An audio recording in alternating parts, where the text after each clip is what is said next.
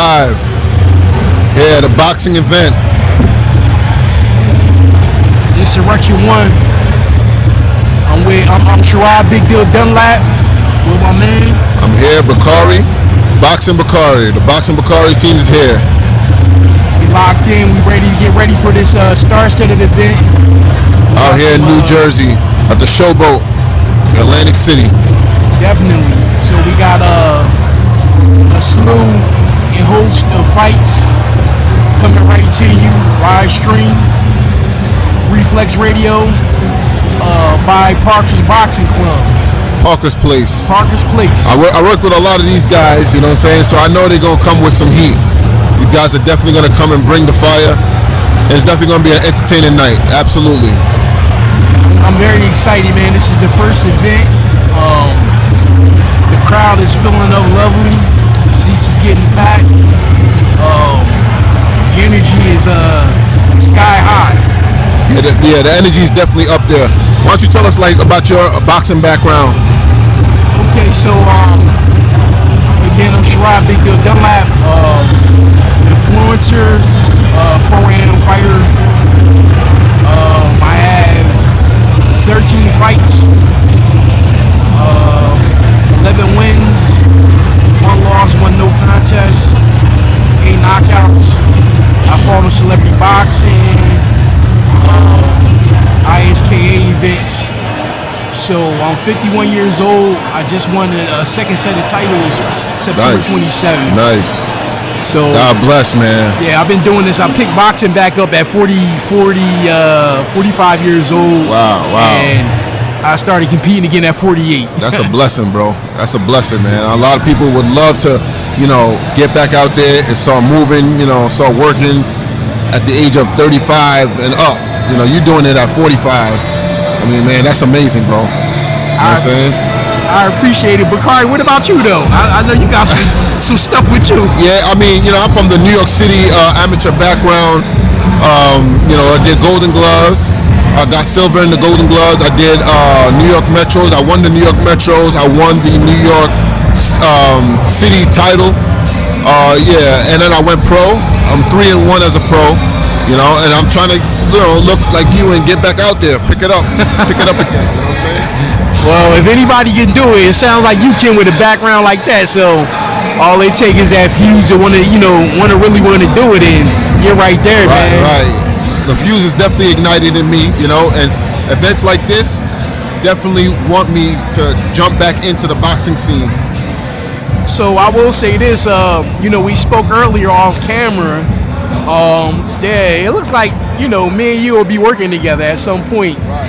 Because I can use all the experience, all the knowledge of boxing from anyone that I can take it from. I'm like a sponge. I want to absorb everything that I can as far as, for boxing. And for any, I just love to learn. I'm a student of human nature. I love to learn. That's a beautiful thing, yeah, because I got a few more fights left, and I'll be pivoting into promotions and marketing and managing fighters. Right. I think I too want to get some fighters under my wing and promote them, train them, get them going, because the future of boxing is still strong. Yes, boxing is definitely a universal sport. It's crazy, man, because people, they may not admit it openly, but they love to see a good fight. So, what we got in store is going to be good fights. Everyone should be excited and pumped up for this card, Insurrection 1. Yeah, it's definitely going to be a very interesting card. I see a lot of young talent out there. I saw them in the back warming up, and I'm like, yo, these guys look like they mean business. They look like they're ready to go pro. Right. I think one of the things that I'm excited about is it's not going to be like guys out here that look like they don't know what they're doing. From what I saw so far earlier on in the workouts, it looked like most of the guys have some skill and they know what they're doing. So we should have some really controlled, high energy violence. Right. And do you remember this feeling, the feeling right before the fight, the feeling you get when you're about to go in there and go to war. You remember that? Oh yeah, yo, almost definitely.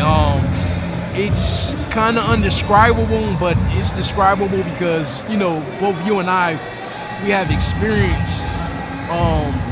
I think like with some of these guys that probably have not fought on a stage like this before, they cannot get caught up in emotion and adrenaline. They have to, kind of just be calm but active. And it's like it's a chess. You're actually playing chess against your opponent. So the smart man, the thinking man, the guy that paid it off in the gym and didn't cut any corners, he normally wins. I remember being in the back, getting ready for my fight. I wouldn't be up, jumping around. I wouldn't be walking around. I was still calm and collective, listening to my music, sitting there, just waiting and contemplating how I'm going to handle my business in the ring. You know what I'm saying? So it was like the quiet before the storm. That was me. That's good stuff. I mean, actually sitting back and kind of soaking it in and kind of visualizing what you're going to do is the best way. Because when you're standing up, running around, right, kissing babies, hugging, you see yeah, you see that, right? That yeah, right I see there. some people doing that, and I feel like it's a no-no. It's not needed right now. At this moment in time, like there's nothing else that matters more than getting mentally and physically prepared for the fight that you're about to have. This is like pretty much the fight of your life, because you got all these people here, you got all these witnesses, watching and trying to see what, what's going to happen, what's going to unfold.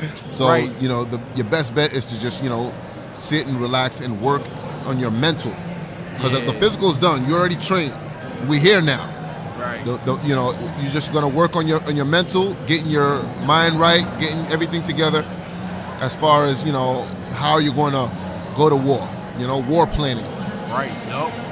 And sometimes in the ring, you got to improvise too. You come, with one game plan and that doesn't work, and another game plan and maybe that may not work. So you have to come up with a third game plan, fourth game, fifth, sixth. Right. To just make sure you get the victory here. Now we got all these, USA boxing judges, they're looking to see punches thrown, effective aggressiveness. The amateurs are a little different from when me and you were back in there. They're judging on like a 10-9, right, scoring card, more like a professional way. Because you have to make contact, and it has to be a little bit more precise. It's not just winging a whole bunch of punches. So like that's the one thing that a smart fighter with a good corner, they definitely hone in on is the styles of the judge. So like you said, when you're out there and you have different ways that you may have to fight because A, B, C is going bad. Now you got to rely on your legs, right? And you got to pull everything out of the bag. Everything you did in training, it must show here today, because right, there's nothing else you can do to train for the fight but mental, because everything you did physically has already been done. You should have been relaxing at least 2-3 days prior, and now you're ready to go to war. You're ready to show the work and effort that you put in. And I see guys from New York City, I see guys from Philadelphia here, I see guys from New Jersey. This is a real star-studded event. Yeah, it is. Definitely the atmosphere is electric. Like I said, the seats are starting to fill in, and I mean, I'll be honest with you, the Delaware Valley, even going up top to New York, it's a lot of competition from, I'll say, Connecticut all the way down to, I'll say, Maryland, the DMV area. I can't forget Virginia and Washington. And boxing is really taking, a forefront in sports, because, before, I remember the amateur fights, you'll get a couple people here and there, but, now a lot of eyes are into the boxing scene. A lot of people are looking at boxers. Boxing has become entertaining again. All these young talents, that have these personalities, making boxing very interesting. Definitely so. And you know, I'm not discounting, you know, my southern boys deep south, which is Florida and Georgia and the Carolinas. I mean, you got a lot of stuff going on the East Coast. No disrespect to you, the Midwest or the West, because I mean, some of my toughest stiff competition was out Midwest, boys out in Detroit, and I've had some stiff competition out in San Diego, California. You know, I take nothing away from USA boxing. Right. Even the boys over in York, you know, everybody, you know, has their brand, everybody has their qualities, but right now, we focusing on, you know, the home turf of this show. New York, Philadelphia, New Jersey. No specific order, but it's a lot of good competition here. Absolutely. And, we are definitely serious. Absolutely, and you know, you can't leave out the Midwest because you know the Philly Shell came from the Midwest. You know, a lot of great boxers came out of the Midwest. You know, Detroit, Chicago, Ohio. A lot of great boxers come out of that. You know, those areas, and you know, you gotta give them their props. You know, boxing in America is just, you know, really prolific. Yes. You got a lot of foreign guys from other countries, Ukraine, the UK, Africa. They come to America for our boxing knowledge. Right. You know. Right. Yeah, I tell you, man. The one thing about our sport is you find out what the truth is. If you're willing to, you know, lace up, wrap up, strap up, pause. You will, you know, find out who's who and where you're at. If you want to test yourself, if you want to push yourself to the limit, this is the sport. I played collegiate football. I ran track in high school. But nothing is compared to this sport that we're talking about tonight. We had one time in our boxing gym in Park Hill, Staten Island, New York, we had a Wagner College football team come in and train with us. By 10 minutes in, they were all exhausted, tired. These are, you know, D1 football players, and they couldn't keep up with the, you know, the sweat and the workouts of the boxing, you know, world. They couldn't keep up, you know. Right, and to respect to them, you know, because they're real athletes, you know. But you know, they respected our sport then. Yeah, I tell people like football, it's a bunch of car crashes, but boxing is like somebody swinging a bunch of baseball bats. Right. Right. But you're also getting hit. And it's a game of chess too. You know, it's like a game of chess. You know, it's a back and forth. It's a mind game. It's preparing. It's the knowledge of, you know, knowing when to move, how to move, when to throw. It's amazing. Yeah, definitely.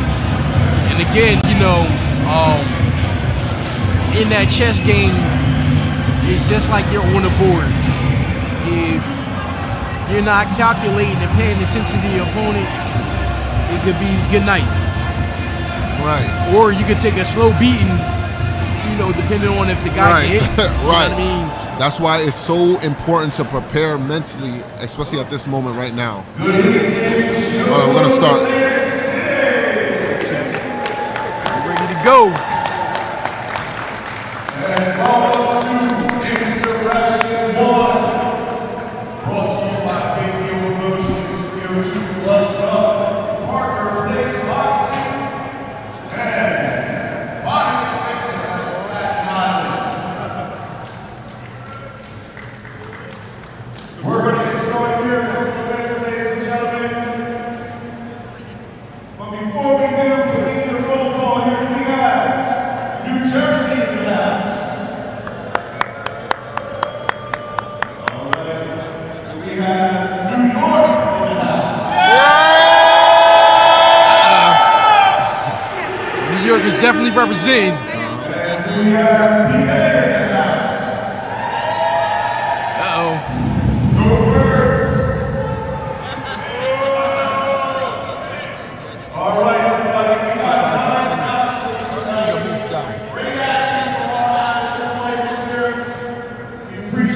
energy for Jersey, but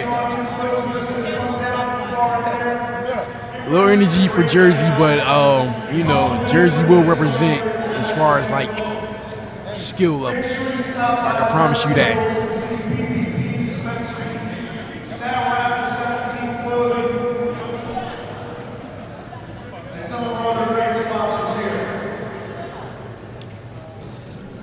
Let's give it up for our players. Let's give it up for the referees, our ring doctors, our judges, our coaches, our trainers, our volunteers, DJ Mike in the building.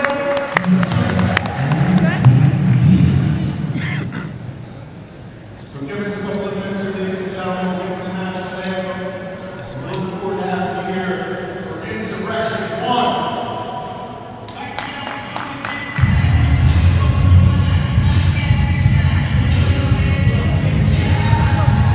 Very, very exciting moment. We're moments away.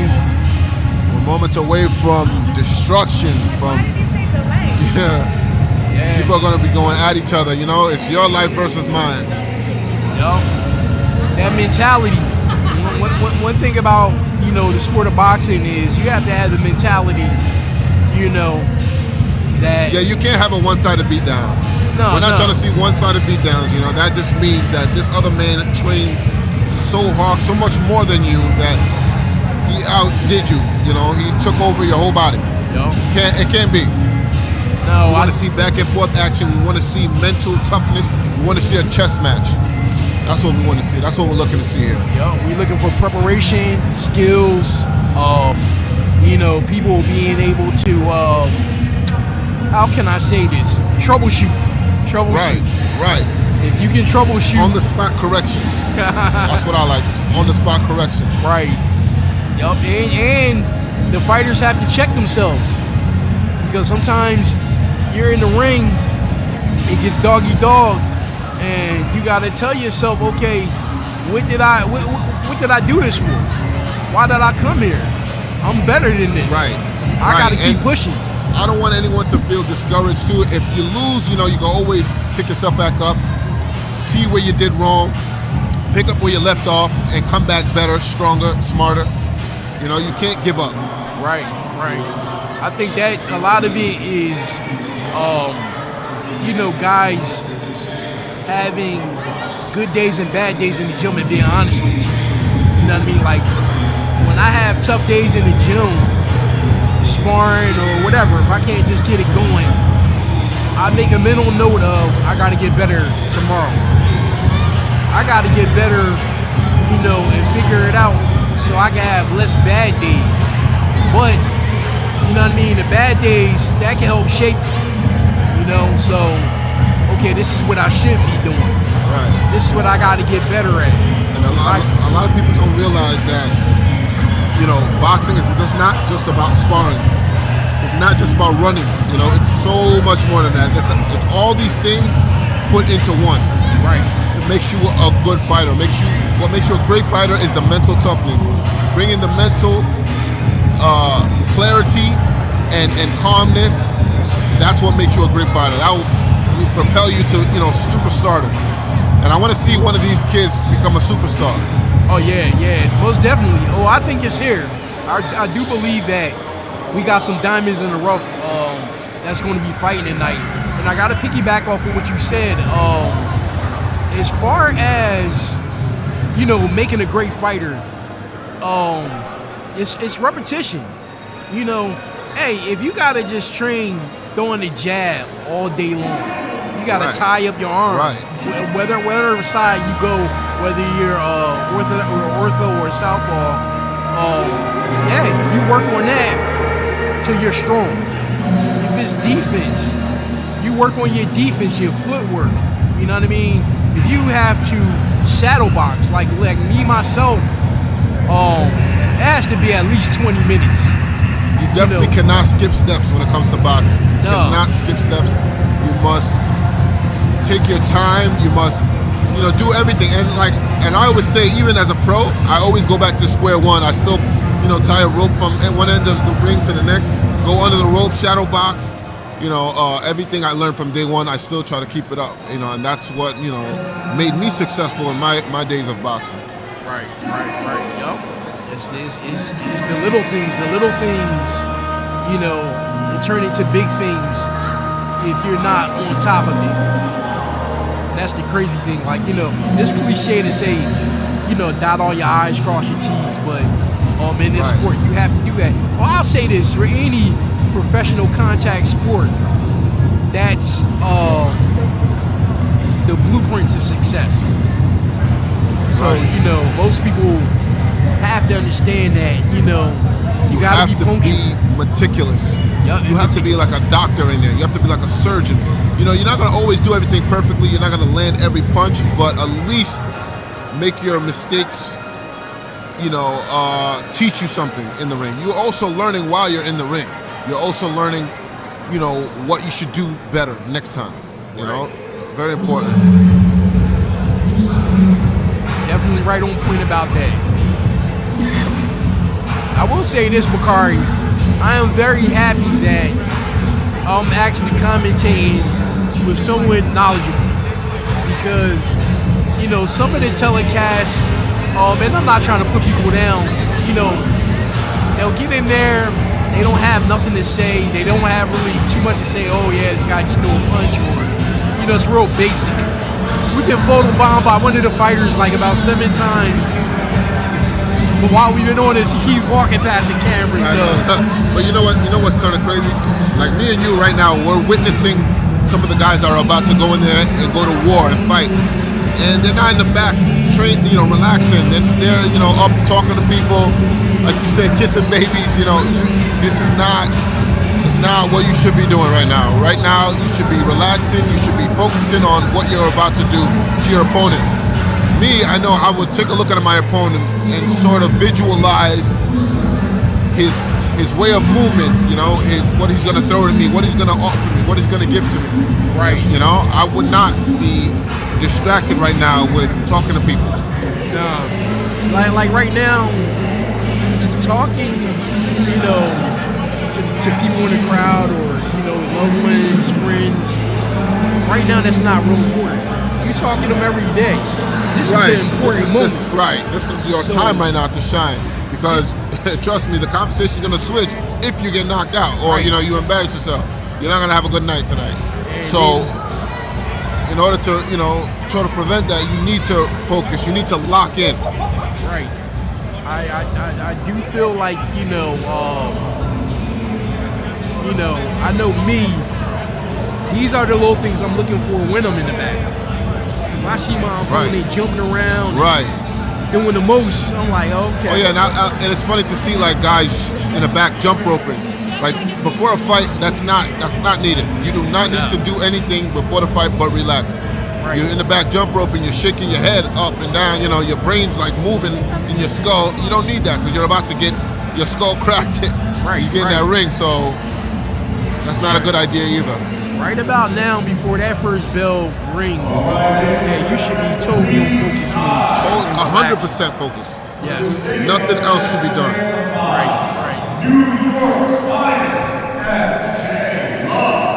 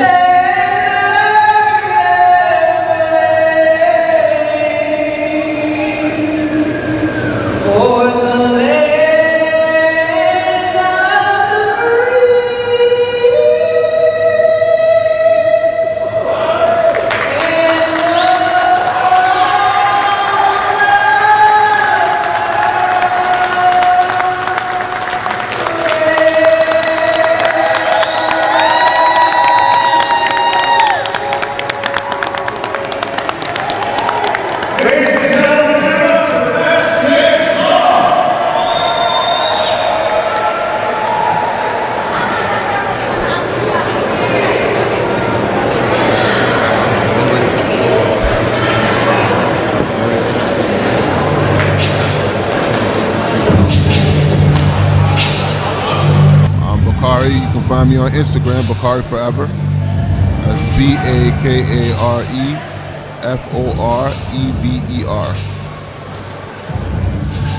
Out here in that showboat in Atlantic City, New Jersey. A lot of people coming from all over. And all right, now they're calling for the first bout. They're calling now for the first bout. It should be a very interesting fight. You know? Oh, the first bout. I think we have 135 pound bout. Edward Torres, weighing at 135. And then we have him against Austin Castillo. Yeah, He came in at 137. Should Okay, be a very interesting fight. These guys are very young, you know? Right, We got right. 18-year-old versus a 17-year-old, you know? And these guys can punch all day, I'm pretty sure. Right. You know how those, the lightweights, you know how they go. You know, they can go, all throughout the rounds. They can just throw punches all day. Smoker. When they in there smoking, man, they throw a whole bunch of shots, and they have that energy, that young energy. So I know, like, I stopped boxing amateur at 13. I broke my hand. My mother pulled me out. My dad, he's in the military, so he was like kind of pushing my career, and I'm kind of doing my thing. I got hurt. My mom was like, no more of that, you can play football. Correct. Which is even more dangerous. Right. They don't understand. Football is definitely more dangerous than boxing. People do not understand that. So, I can remember sneaking off to the gym at 16, 17, 18. And like, Because the love of the sport. For the love of the sport. Wishing I could do it. I can remember like just doing combinations and feeling like I could fight all day. Especially when you know what you're doing, and you're confident. So if these guys are confident at 17, 18 years old, man, we should be in for a run. I'm really proud of these guys. I love the fact that they're even doing this at this age. You gotta remember, a lot of guys when we were 17, they were too lazy to get in the gym and work out and have the the dedication to the sport, and to hold off on refrain from sex, refrain from drinking, and really put yourself and your body to the limit. That type of commitment is astonishing at someone at such a young age. Right. I think that's one of the things that young guys, teenagers that are committed, and you are so confident because of what you put your body and your mind to. You see, if you got your mind right, you focus and you dedicated, you start to feel like you're unstoppable. Even if you lose, it's like, okay, I'm just gonna pick myself back up and keep moving. Right. And that's what I want to tell, these young guys too. Like, taking a loss is not the worst thing in the world. You can still get back up and you can still do this again. You can work harder. Now, it's sort of like a playbook on what to do right this time, Right. Whether it's more training, whether it's, throwing more punches on the bag, Something has to be fixed, You're not going to be a perfect fighter every night fighting. Right. And that is so true. Losses to me are lessons, especially in boxing. And we got our first fighter coming out. Red corner. To it.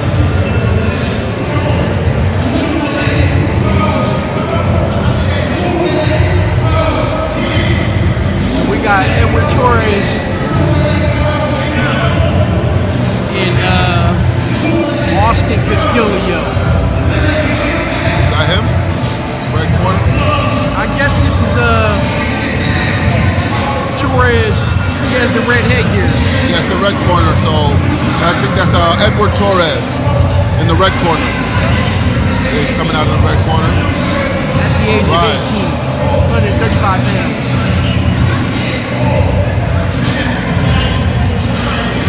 very exciting, man. Our first match, Very exciting. Insurrection 1. He's being serenaded. Rap song.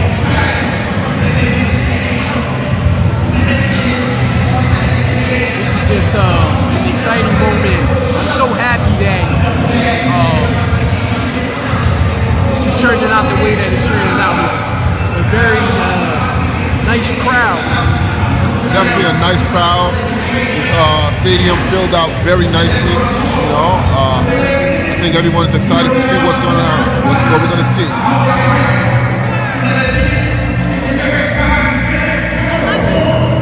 Live entertainment.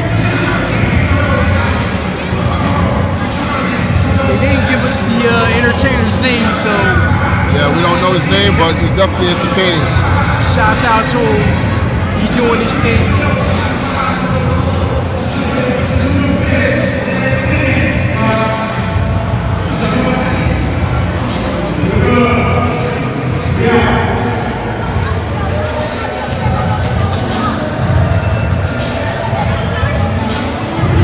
A lot of beautiful people out here. You know, everyone's dressed nicely. You know, everyone's come for a good show. So hopefully, you know, we all get to see a good show.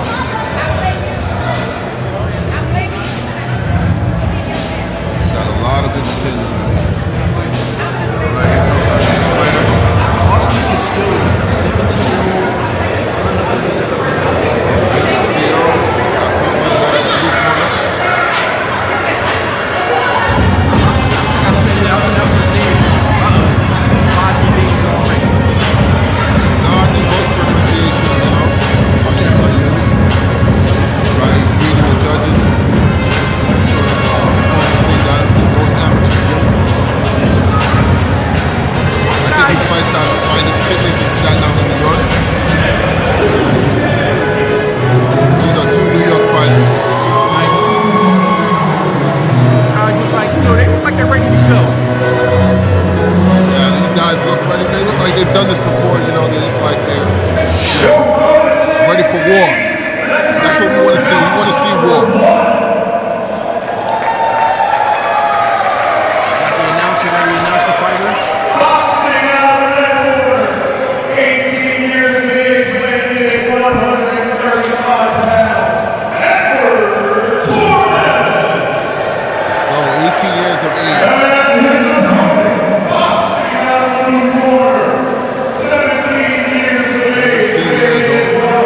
137 pounds, Austin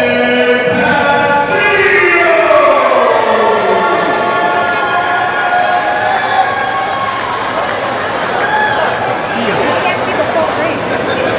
You can't see the whole ring.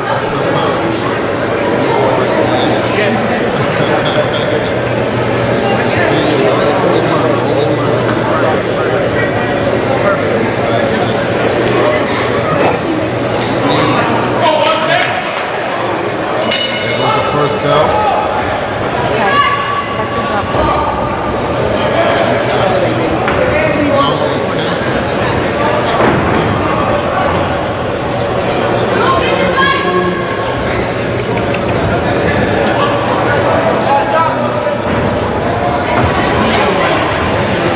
He's coming out like a raging bull. I guess he understands the essence of it. That's what the judge want to see. You want to see the aggressor, you know, working and pushing the other man back. Torres needs to, he needs to throw some punches. He did a nice combination there on the inside. So, I like to see him use a stick.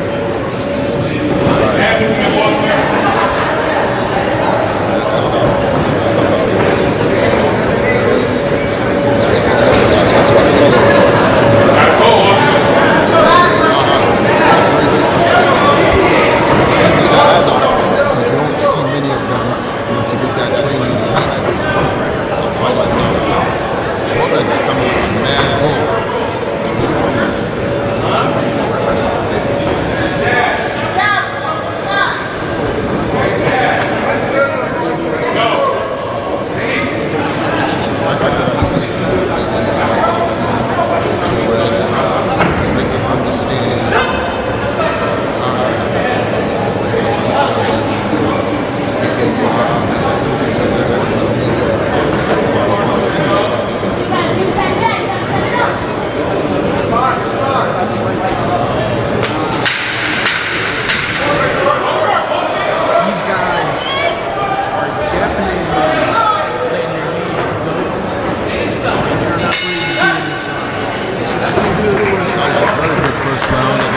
combination. You know, I see more Castillo was, you know, the aggressor. He was coming out. You know, I like what I saw, but I also noticed that Torres was sort of taking notes. He was like sort of trying to like see where, you know, he's going to set his punches up for the next round. You know, so I'm thinking maybe in the second round we're going to see Torres more of the aggressor, picking his shots and sort of, you know, settling in. I still see Castillo, you know, being an aggressor as well. You know, still coming back with his own. You know, it's going to be a back and forth fight, but it's going to be a little more equal in the second round.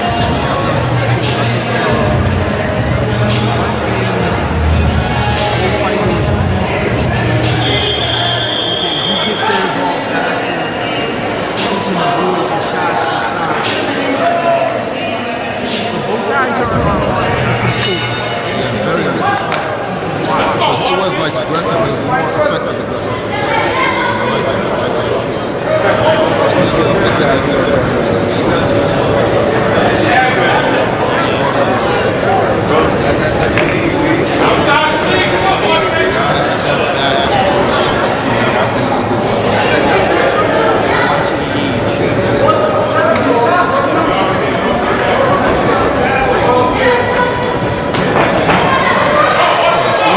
See, like I said, it's going to be more studying your opponent and seeing him picking his shots. That's very pro.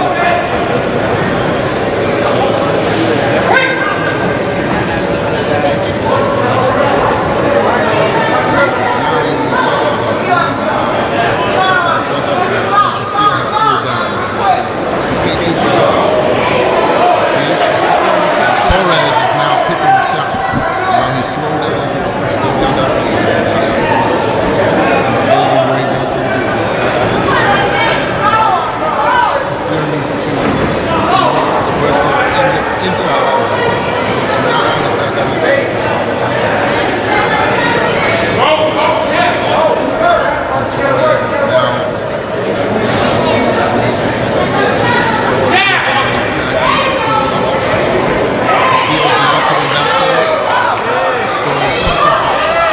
also collecting punches as well. He needs to work on his defense as well.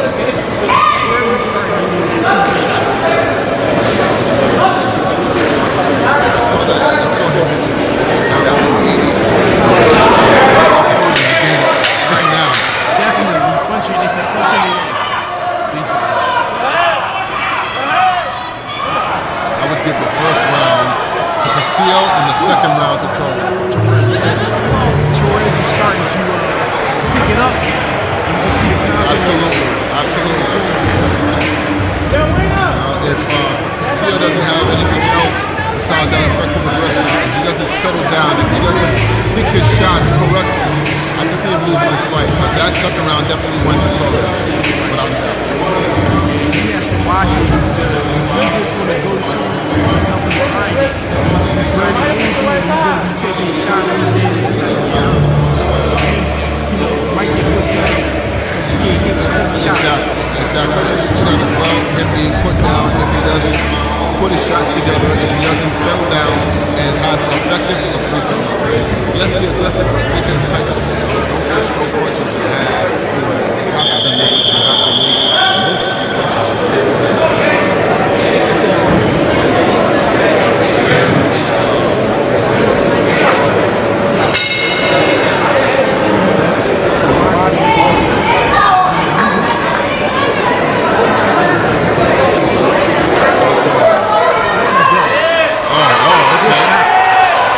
Shot by Castillo. He backed Torres up with that right hand.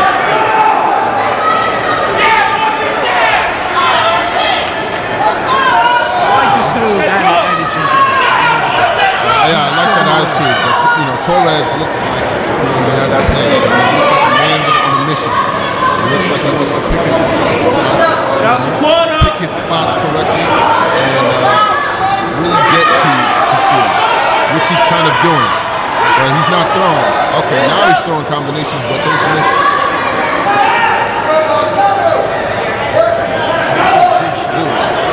Combination by Torres. Torres is throwing and he's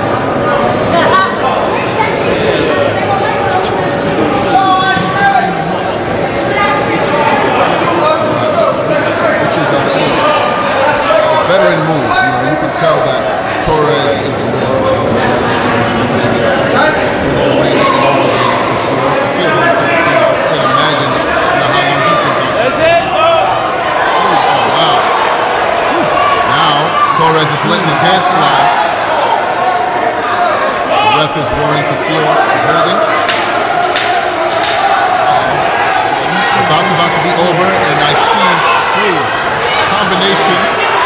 He's got to get off the ropes. You see, Castillo cannot sit on the rope. Definitely not. That's the That was a good opening fight. That was definitely a good opening fight. I think it got the crowd, amped up and ready. And, who do you have winning that fight?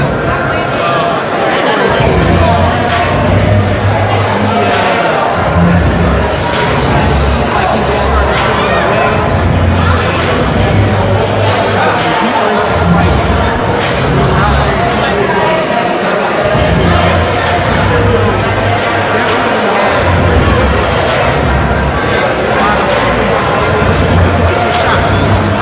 Castillo definitely ate a lot of shots. He tried with the pitbull Cruz approach of trying to be like the bull, and Torres was the matador for this, and the matador won. I feel like Torres was more effective. He picked his shots. He was patient. He waited until it was his time, and then he got that shot.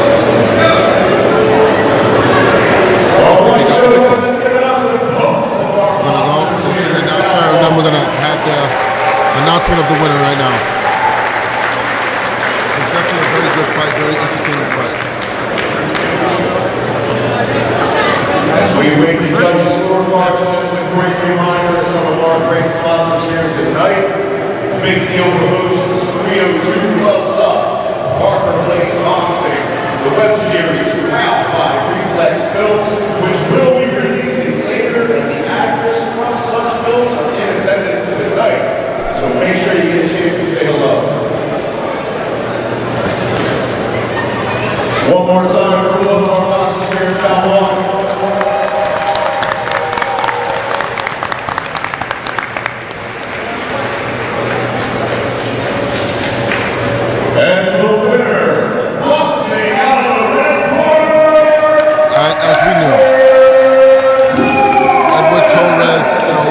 and respectfully so. He was patient. He waited. He picked the spot.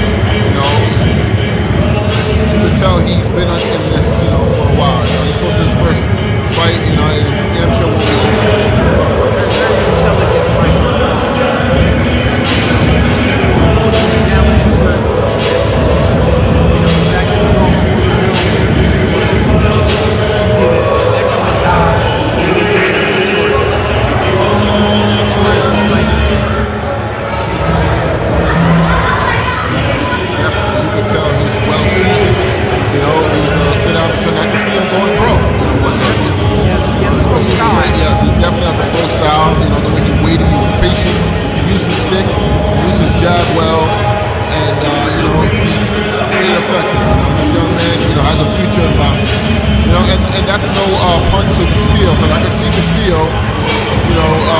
Also being a pro, with that matador style, with that bull style, the way of him coming in, he just has to go back to the gym and work on those, fundamentals.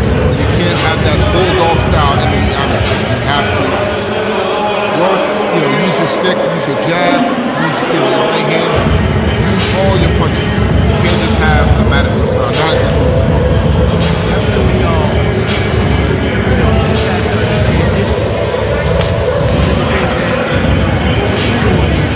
He smothered himself, but he has some movements where he couldn't take advantage. It's a lesson. It's learning. So, I'm sure he'll go back, get back in the gym.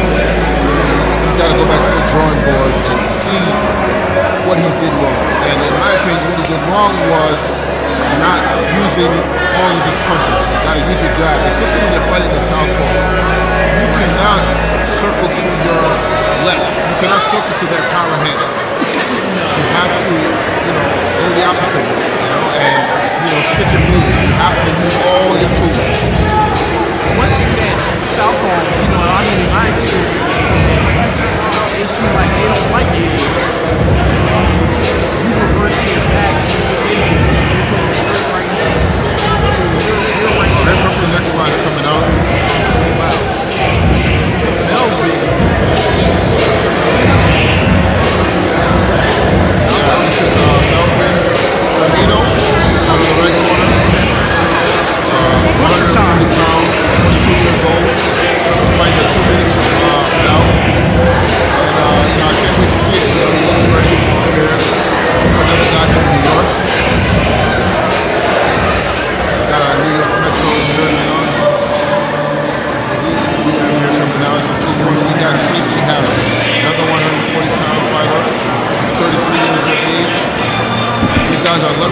part. And we're going to see if age and wisdom is going to prevail or the youth will prevail. We'll see.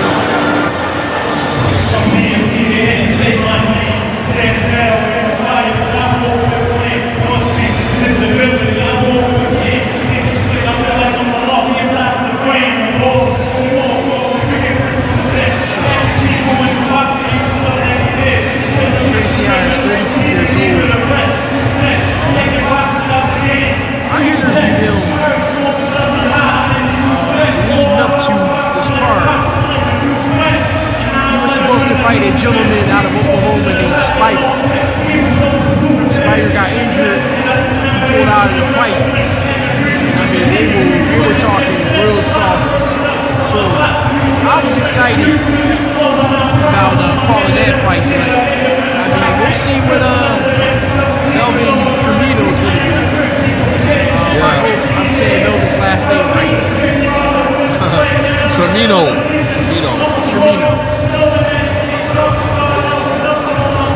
I think these are two New York City guys. They're getting in there. We're gonna see how this works out.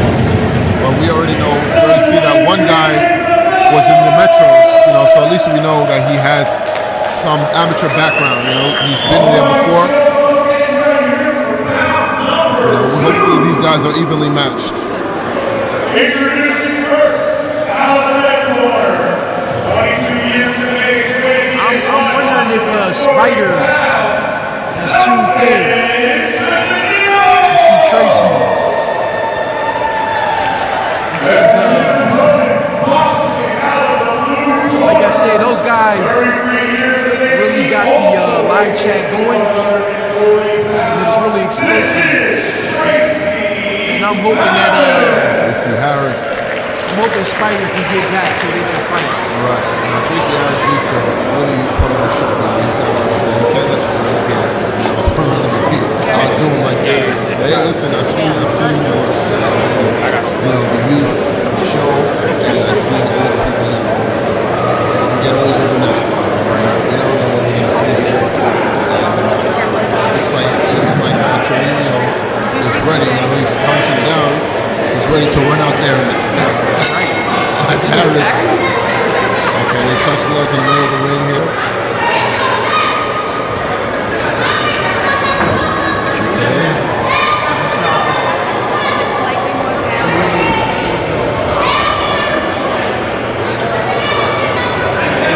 I love these matchups, the southpaw, but in conventional wisdom, the most effective punch against a southpaw is the right hand.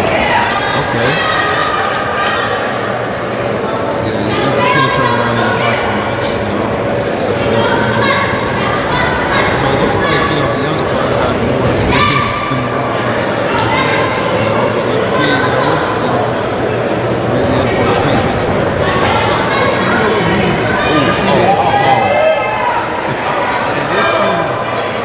This is definitely not going to end well.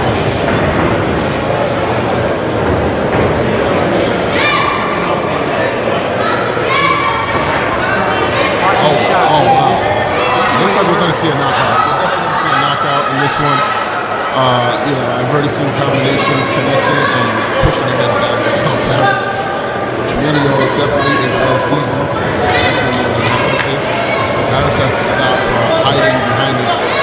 Put his head down and turn his head. Yeah, you can't do that. You gotta use your defense.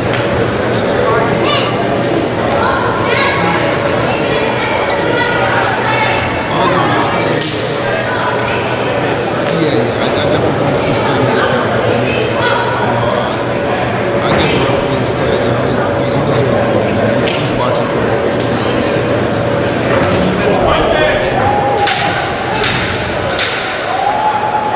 Yeah, see, boxing is not that. You can play basketball, you can play football, but you can't play boxing. So we're gonna see our first knockout of the night.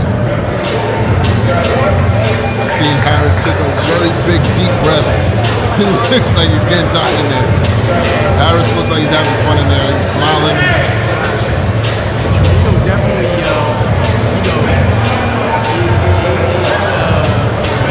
it looks like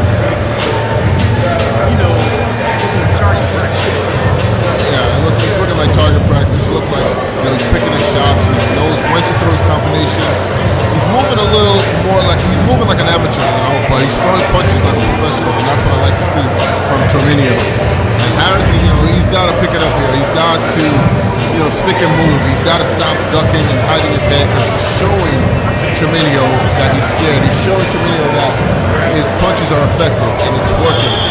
You can't do that in the sport of boxing. You have to show them, fake and feint. It's the second round. We'll see what we're going to see. He's got to definitely relax. It's easier said than done. Definitely easier said than done. He's the one in there. He's the one collecting the punches. Now I see Tremenio setting him up for overhand, right hand punch. And he's just waiting to pick his shots and get at the right time. He needs to pick his hands up. And in these exchanges, Harris has his hands down. Yes. He's walking around with his hands down. That's definitely not what you're supposed to do in sport of boxing. You got to pick it up. You got to keep your hands up. He just ate a big right hand that came from nowhere. Tremenio is using his jousting stick. You can't do that.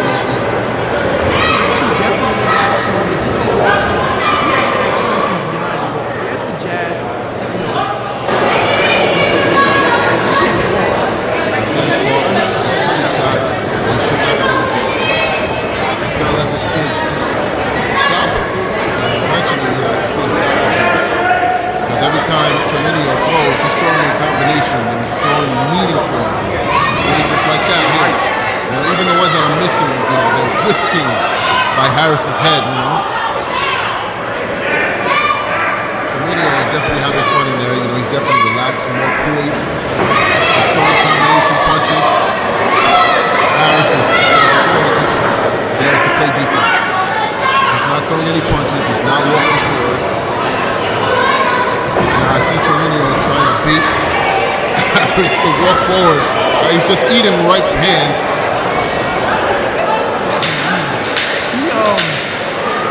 We got 10 seconds left. He's going those right hands. Okay, now he's eating punches. Come on, but grab the punches. Grab the moves it alone, and then he's like, you gotta throw something and land something.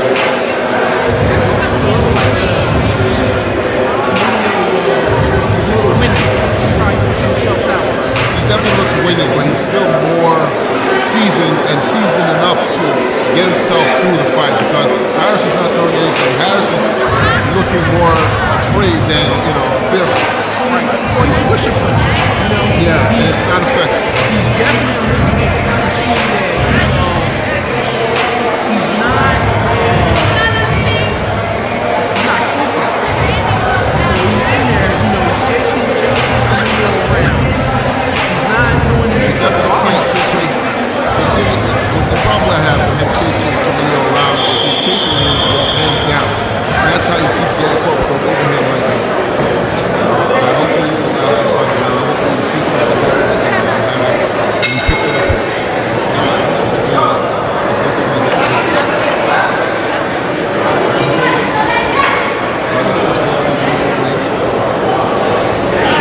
Continues to do what he's doing. Holding. He's punching on the break, which you cannot do. Referees warning him. You cannot punch on the break.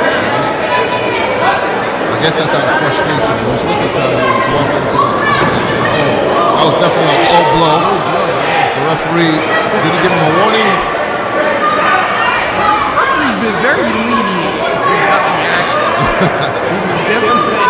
He's definitely letting things go. I think Tremenio is just waiting for Harris to walk into something. All right, Harris is throwing. Okay, he's throwing combinations here. I guess you were right. Tremenio is looking a little winded there. He's looking a little tired. Oh, Harris just ate a right hand, another right hand combination. Tremenio is definitely going to win this match. He's definitely on his way to victory. I guess he's just boxing it out now. He's not exerting himself or overexerting himself. He's just trying to box Tremenio at this point. This is smart. Yeah, just win the match. You've already shown that you're the better. You definitely showed that you're the better boxer. So now, right now, all you have to do is just win the match. Yes. They'll be educated in there. Don't do anything stupid. He's definitely showing his education. He's throwing body shots. Nice body shot by Treminio. Treminio is definitely showing. Oh, wow. Nice overhand right. Harris is showing that, it didn't affect him, but it looks like, it really got to him. All right, Treminio is just boxing around. He's just trying to get the victory now. He's not trying to go for the knockout anymore. Right hand by Treminio. Oh, combination by Treminio. We'll fight tough now. It's over. This was definitely an interesting match. So it looks like that's going to be 2 fights for the red corner. Treminio definitely, he had the correct game plan as soon as he saw Harris turn his head, kind of overdid it with the ducking. Definitely kind of over-exaggerated. But I mean, hats off to Harris. Definitely hats off to Harris for getting in there. It takes a strong man mentally and physically to jump in the ring and throw the dukes up. But he's definitely need more training. He's definitely got to get more tune-up because that display was not it. I'm sorry to say, At 33 years of age, do you see him coming back, better, stronger? I think that it's something. I mean, myself, I don't know if these guys have a record or so, but maybe he has to let's step wait down here for them to announce the victor. And as we both said, the red corner wins. We saw good, effective boxing from Treminio, and it was just excellent. But Harris, shouldn't put his head down. He just needs to get back in the gym and work on his fundamentals because that was definitely what was lacking there. Right, fundamentals. I think that more than likely, Harris, to me, it looks like he needs to, get the fundamentals down. He may need a steady coach. From what it looked like to me is that he probably doesn't have a steady coach, teaching him the basics. And that's what happens. Sometimes you got guys in my gym who don't want to commit. They're just in there and they don't have somebody staying on top of them. I like what I saw from Harris, but he just needs to get back in the gym and work on his fundamentals. He needs to work on his punching power, because I didn't see any punching power there. No, not at all. Punch resistance. Treminio didn't look affected at all. So hopefully Harris can get back in the gym and fix what he needs to get fixed. Yeah, I think he just needs some continuity. That's what it looked like. Continuity and. Oh wow, we're already on to the next bout. This is fast.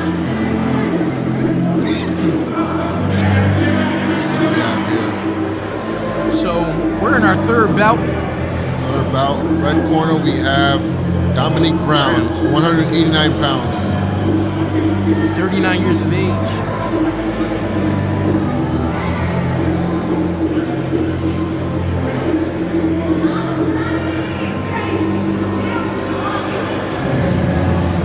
And his opponent is Vincent Cassiano. Vincent Cassiano, I hope I said that right. He's 34 years old, 191 pounds.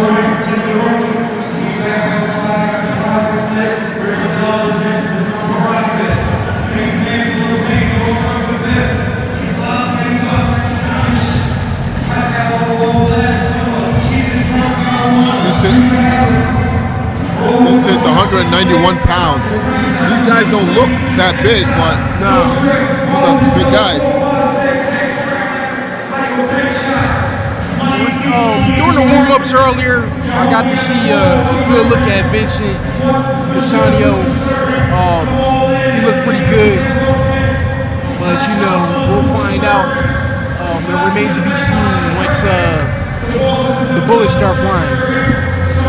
Now, some of these You guys, see him up close. I've seen in the gym, I've seen some amazing things, So I think we're going to see a good fight here, It's going to be definitely a good one. These are older guys, They got the power, the weight behind their punches. Let's see.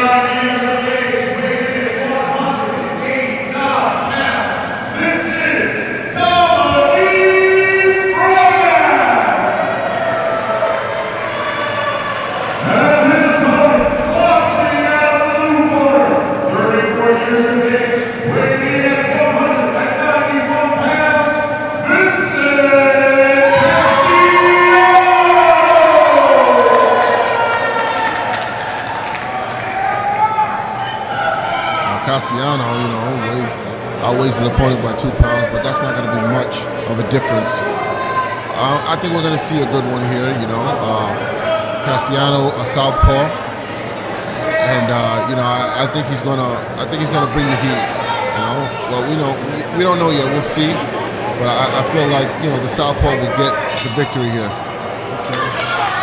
First bell rings, and Cassiano starts out. Within that southpaw position, the southpaw jab. Sticks the jab to the belly of Brown. Brown trying to jab his way out. Wow, Cassiano is more of the aggressor here. He's throwing combinations, and he's not letting Brown off the hook at all. Oh, Brown just threw a right hand, but it didn't stop Cassiano. But he definitely felt that punch. You don't want to take too many of those. Yeah, you definitely don't want to take too many of those. You definitely have to be wary of that right hand coming, because like I said, in conventional wisdom, the most effective punch to a southpaw is that right hand. Right hand, yup. That straight right hand turns into a brick. Okay. Cassiano aggressively coming through, throwing the combinations, which I like to see. Oh, nice duck under that right hand. Cassiano did not get caught by that right hand, Now he learned his lesson on the spot correction and duck that right hand. That's what I like to see. Brown is sticking that jab, but Cassiano's coming through with the combinations. He's throwing with a lot of power. With a lot of power. Cassiano ducking under those right hands. They tie up. The referee breaks them. The referee warns Cassiano about, keeping his head low. They meet back in the center of the ring. Brown hitting him with the jab. Brown is loading up. You see? Oh yeah, he's definitely trying to catch him coming in. He's trying to catch him coming in and making a mistake. See, you got one guy as the aggressor and one guy trying to be a counterpuncher. Right. You don't want to get too much caught into counterpunching because you're gonna miss out on punches. Shots. Yeah, like that right now. Like that's a good exchange. So now Brown is trying to turn up the heat here, and he's trying to keep Cassiano in the corner and throw punches. He threw a lot of body punches. Who do you think won that first round? And that was a seesaw. Definitely a seesaw. I think that Brown got the better end of the first round, but Cassiano was clearly the stronger guy coming in. It's like a tank. I give Cassiano the edge in the first round because of the value. The beginning, of the first half. He threw his punches, he threw his combinations. He kind of kept Brown where he wanted him, and he was more effective in my opinion. Yeah, I also agree that Cassiano, he threw the volume of punches, and they both had some explosive moments, but I think Cassiano just had a little bit more than Brown. But Brown, he kind of ended off the round strong. Right. So it was more like the first match where Brown was waiting to see what Cassiano had, and then he tried to pick it up in the second half. So let's see what we're gonna get in this second round. If Brown will be the aggressor in this one or try to pick his shots. Brown coming in hot, throwing 2 jabs, but he missed them. Oh, right hand. Oh, 2 dangerous right hands. Cassiano just ate 2 right hands. Yeah, Brown is definitely the aggressor, and he's trying to take Cassiano's head off. The referee is allowing Brown to sit on Cassiano. I don't understand that. He should break them. Yeah, now he's breaking them. Very lenient. He warns Cassiano by keeping his head low, but I felt like, he should have warned Brown for, holding. That was pretty much holding. Oh, Good shot by counter punch Cassiano. by Brown. That was a check right hook by Brown. Cassiano looks like a deer in headlights. He ate a lot of leather there. He did. Cassiano is trying to fight his way out. Brown looks like he's just, peppering him up and setting him up for punches. That was a good exchange because Cassiano, he got the first shot off, but Brown, came back with the counter. And Brown is definitely setting him up for a knockout. Brown is digging in deep with those body punches. All right, now the referee is going to do an eight count. I guess he sees something. Oh no, the referee's just checking his headgear. Yeah, I guess the doctor has to check Cassiano. Oh no, okay. He's just wiping off blood, that's all. Now he's allowing them to box. They meet again in the center of the ring. Brown throws a jab, misses though. Cassiano looks more slower to me. He doesn't have the same aggressiveness that he had in the beginning of the first round. Brown, he's just steadily, starting to take control of the fight. Yes, little by little, Brown is trying to. Yeah, Cassiano has to bring something out of the bag. All right, nice right hook by Cassiano. Cassiano throws another jab in there.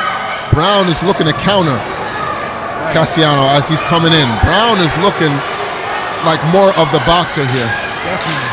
Oh man. Wow, Brown hit him with a two-punch combination. Jab to the body and jab to the head. He's got some right hooks that has made contact for real. These are two southpaws going at each other with ferocious punches. I want to give that second round to Brown. Like I said, from the first round, Brown was definitely learning and taking his time just to learn Cassiano's movements and where he could pick him apart. Second round, Brown was picking him apart. If Cassiano doesn't pick it up, he's going to lose this fight. He's going to lose this fight. Brown was collecting data, and he just started punching it in the second round. I think Brown is definitely showing his experience. He definitely has boxing experience, a lot of boxing experience, and he's definitely bringing the heat. Right. Which is what we wanted to see. No, I was just saying that. I think that. But Cassiano, he's got to be awkward as a southpaw. You have to be awkward. You got to throw punches in awkward stances, in awkward instances. You have to do that. Now here comes the start of the third round. They both meet in the center of the ring. Brown throws a jab to the body, throws another jab. He's just measuring right now. Okay, Cassiano throws an effective jab that makes it. Cassiano makes its way home. Keep his hands up. He needs to keep his hands up, absolutely. Especially after throwing his punches, you got to bring his hand back home. I think he has to get a little bit more active because it just seems like Brown is the more confident fighter right now. Brown is definitely the more confident fighter. I would agree. He's just sticking that jab in there in Cassiano's face. Cassiano has no answer for it. Oh, a jab by Cassiano, which threw Brown off of his track. Shotgun jab. Cassiano has to stab those jabs back and throw combinations. He's actually. All right, Brown is throwing these wild hooks, that are making its way home to Cassiano's chin. And Cassiano, what he has to do is because he has to feel like he's down. Man. Cassiano looks like we're gonna see our first stoppage. Cassiano is eating a lot of leather. Good body shot. Body shots. Cassiano looks like he's more in a defensive mode right now, trying to protect himself. And now it just kind of seems like a class thing. Brown is just digging with these uppercuts and hooks. And it looks like Cassiano's eating them, but, I don't know how much more he can take. Yeah, he swung for the fences with that uppercut. Cassiano is definitely, he definitely needs to do something, hold or, move, because Brown is just waiting and picking his shots. To get a clean one in, a clean big one. But it looks like Cassiano's going to survive. Yeah, it looks like he's going to survive this match, but Brown definitely took the match. Last 2 rounds, big time. That was definitely a good matchup. So far we had 3 very interesting fights, 3 very interesting matchups. boxer versus brawler in each match, and I think I'm gonna give it to the red corner again. Yeah, Brown. So far, that's took 3 for it. red. Right. I think Brown did, took control from the second on out. But Cassiano was game. He was game. He was game.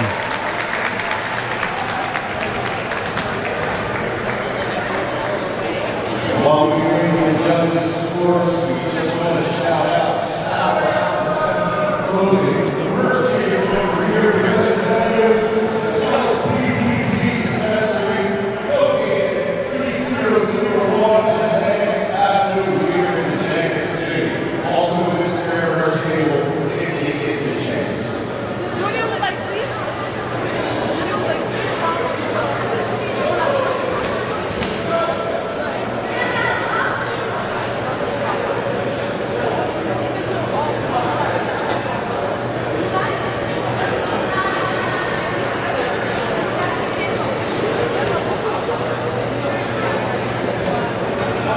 And our winner, boxing out of the red corner, And like I said, red corner takes it again.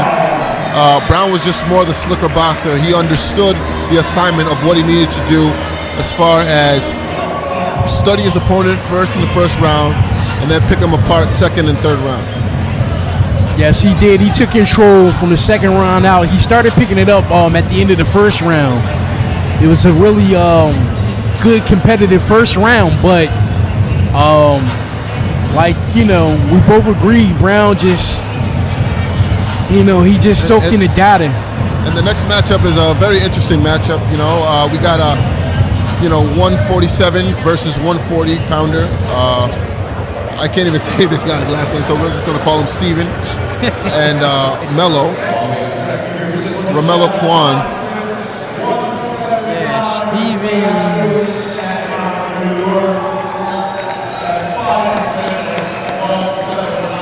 This is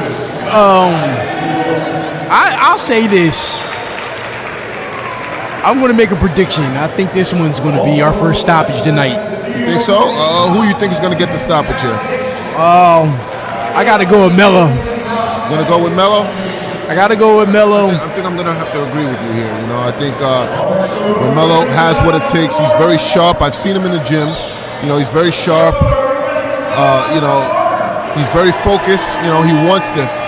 And the fight usually goes to the person that wants it the most. And I think Mello is definitely the guy here that wants it most. Yeah, so I haven't seen him from the naked eye, but I did see footage. And from what I saw, man, he's the goods. So, We'll see. This is Stevens' night to try to derail it, but we're going to see what happens. But my money's on Mello tonight. I think I would have to agree with you here. This is going to be our first win for the blue corner. We are pushing the apple before the cart, but I know we're definitely pushing it, but we got to see. We'll see what's going on there. yeah. All right, here comes our first boxer, 28 years of age. No, I'm sorry, he's 21. 21 years of age, 147 pound. Steven Mason Tui? Well, we'll find out from the announcer what's his last name. the correct pronunciation of his last name, because the way it's written here, I don't know. I did an interview with these guys. That was real intense. So, All right, here we go. we're gonna see. Blue corner. Here it come. My boy Mello in the Muhammad Ali trunks.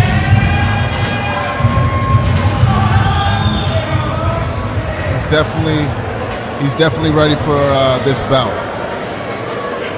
think we're going to see a lot of combinations here, a lot of body punches, head punches, a lot of slick boxing, like the great Muhammad Ali, which, he's rocking these Muhammad Ali-esque trunks. So when I did the face-off interview virtual, this was very intense. This is absolutely intense. I feel like we can feel, the intensity through the atmosphere. Everyone's all on edge. This is the bout that everyone's more interested in. Yes. Tension's like really cutting the air with these two guys. Did you see the face-off? The face-off was, very, very intense. These guys. So we have a malfunctioning with the gloves. I think they're changing the gloves.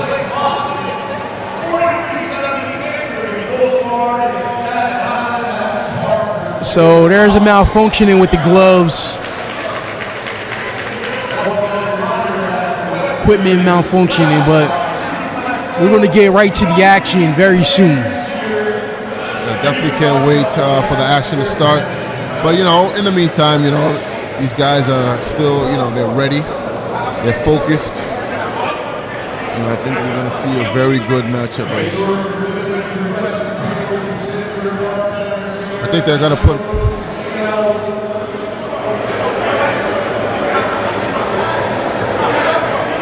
What's going on here? I think there's some technical difficulties with the gloves.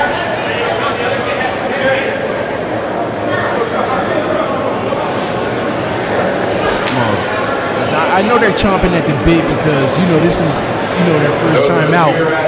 So I tell you, man,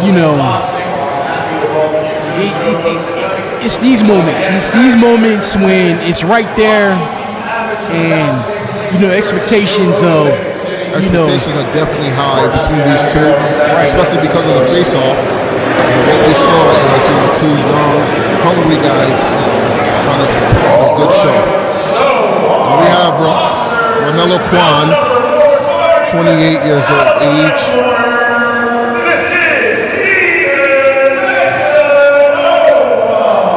Steven Messanova. I might stick to Steven and Melo. I don't know if I'm going to remember that. His mama call him Steve, we going to call him Steve. Yeah, I'm going to call him Steve, we going to call him Steve. Yes, this is this is what we've been waiting for. One of the bouts we've been waiting for. I know there's other expectations that I have for future upcoming bouts. And this should be an interesting one. The referees being real meticulous about glove placement and trunks. Wardrobe malfunction here. All right, first bell rings now. Melo meets Messanova in the middle of the ring. Oh, it looks like they're throwing hard. Hurricane.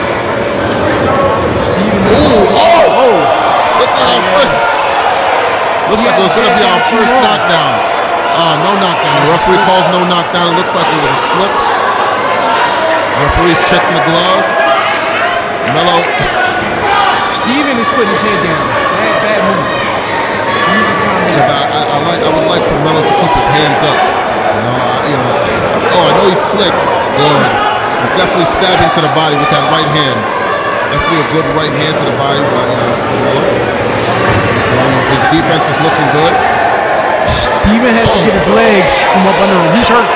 Looks like he hurt him. It's going to be a standing 8 count. Standing 8 count.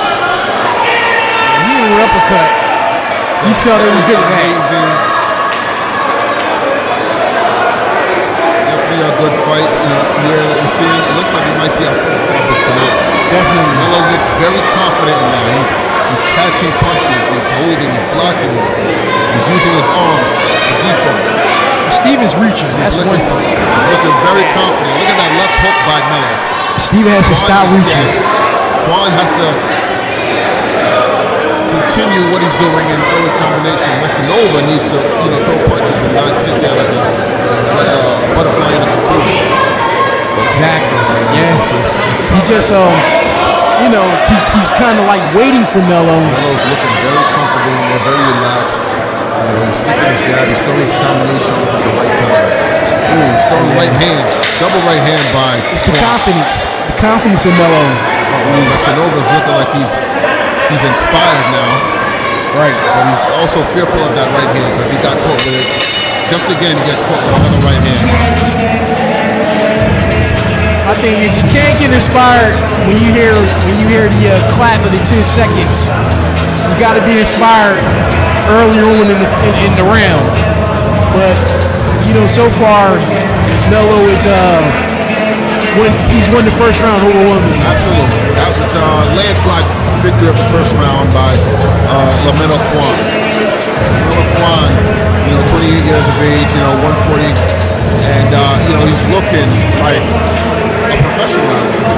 Definitely looks good. Like a pro. The only thing that I would want Melo to do is keep his hands up.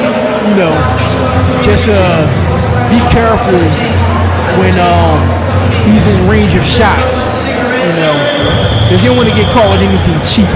But he looks like he's overwhelmingly, athletically better. Masanova looks like he's overwhelmed. Oh yeah. He looks exhausted. He's sitting there when Melo's throwing combinations. He can't sit there and wait. He's sitting there. He's freezing like a deer in headlights. Now, second round starts, and Masanova looks like he's more focused and more determined. But he's missing with the combinations. But at least he's throwing them. Yes. He's leaning back. That's not the best thing to do. Against a fighter like Melo. What's going to happen is he's going to get time, and when he's leaning back like that, he's off balance. He's throwing jabs, and he's sticking his jab. He's very educated with that jab as well. He's looking like Muhammad Ali-esque, Well, that's a slick boxer, throwing the right hand to the body, which is a beautiful right hand. Oh, he went for a sweeping right hook, but it missed. What I'm noticing when he's backing up is off the feint. He's kind of worried about the feint. Melo still needs to keep his hands up. He's still got to be wary of that overhand. Oh! Knockdown punch by Melo. Big shot. First knockdown of the night that comes in the second Big shot of the fight. Melo looking very confident, very determined, and like we said, like we predicted, he's very much so the more aggressive fighter. Now the ref takes time for Masanova to tie his shoes. Steven looks like he doesn't know what happened. And that's one thing you can't do is put your head down. You can't put your head down because it's stuff like that could put you down. Now Melo is definitely more confident. He's throwing body punches.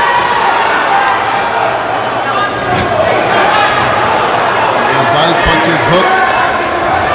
Like I said, Melo still needs to be wary of that left hand coming, over the top. Because when the animal is hurt, he's more dangerous when they're hurt. So he could throw a powerful punch out of that southpaw position. But Melo is looking very much in control here. He's very much confident, and I see him taking the victory. True. Very nice uppercut by Romelo. As the second round ends, Romelo, these both fighters go back to their corner. Romelo looking very confident and very strong, even though he weighs 7 pounds less. Right. Well, you can see he's in tremendous shape. It matters of the technique. Romelo's technique is far more superior than Masanova. Definitely. Oh, definitely. I definitely like what I'm seeing here tonight. This is definitely a fun night of boxing. Yes.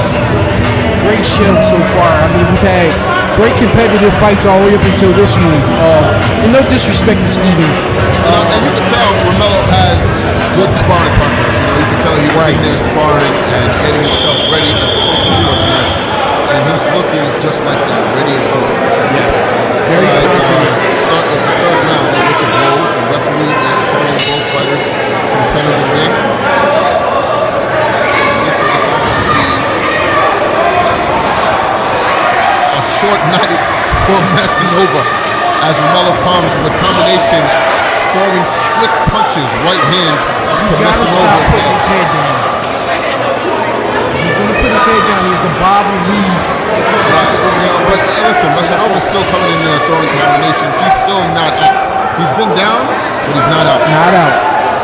So my thing is, if he's going to duck his head, he's got to come back up with overhand rights or left hooks and bob and weave. But Romelo is just too far ahead on the scorecards. You know, so if Masanova can't get a knockout, I don't see him winning this fight at all. No, not at all, right? He's getting caught clean. He's getting caught clean. I mean, And it looks like the more prolific of the two. right. Oh, we just seen him eat a left uppercut from Romelo with a slick boxer like Romelo. I don't see anyone really beating him, especially at this weight. Yeah, he's going to be very difficult. Oh, Whoa, whoa, yeah. Two cannon right hands, and the referee calls a halt and gives a standing 8 count. Romelo is definitely in charge. He's looking super Romelo here, because he's slinging that right hand like a slingshot. It looks like it's going to be a stoppage here. Romelo is just picking his shots. yeah. Hands Wow. down. Another cannon right hand. He's looking too slick here. Straight right hands are getting right through. Coming in, uppercut, body shots coming in. Left hook to the top by Romelo. Combinations by Romelo. Romelo's just throwing whatever he wants. Uppercut. Woo! That was an easy fight. It was a one-sided virtual performance by Romelo Kwan. It's a shellacking. Performance. Virtuoso performance by Romelo. Man, that was a landslide performance by Melo. I mean, Has Steven Masanova overwhelmed. Steven's a tough guy, though. He's a tough guy.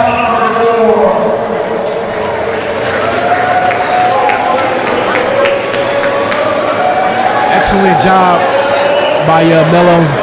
Steve is a tough guy, man. He tried to dog it out. Just Melo is just too much. Way too much. It's way too much. Romelo was way too far on the scorecards, you know. From the time Steven Masanova tried to rally. I'll say this, you did a really good job pronouncing Masanova's name. I was like, I ain't even gonna. I was just leave that right where it's at. Is my call Steven? I'm trying my best. Nah, you did an excellent job though.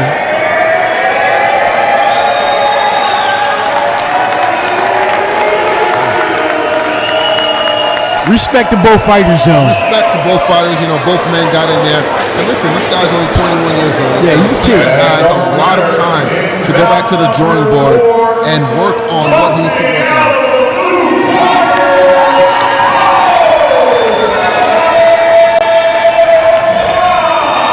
That was definitely a very good fight by Romelo, you know. Yeah, Proud of what I saw. I know based off of, I mean, I didn't see too much out of Steven, not too much footage or anything, but what I saw out of Melo, man, you could just tell. You could just tell, you know, what kind of a prize fighter that he's going to be, you know, from here to, you know, the future. He keeps at it.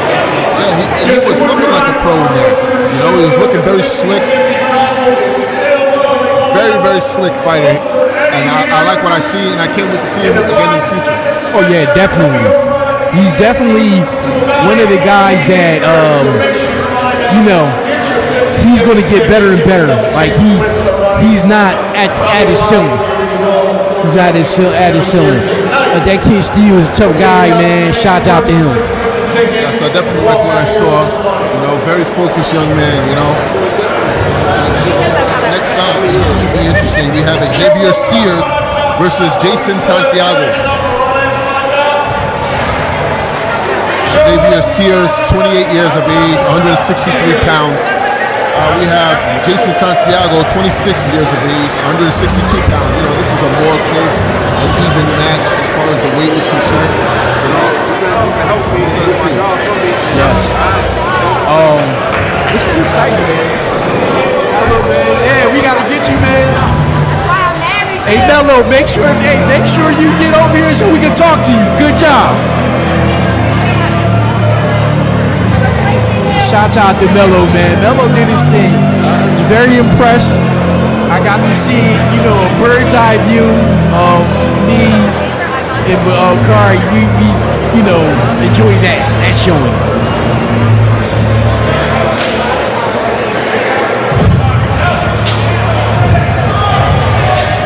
Oh yeah, it's ready to go down. So this is Zayd.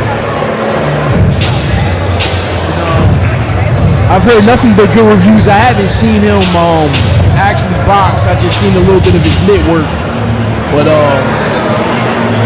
you know, Have you seen any of these guys before in the gym? I seen a little bit of mitt work from Xavier.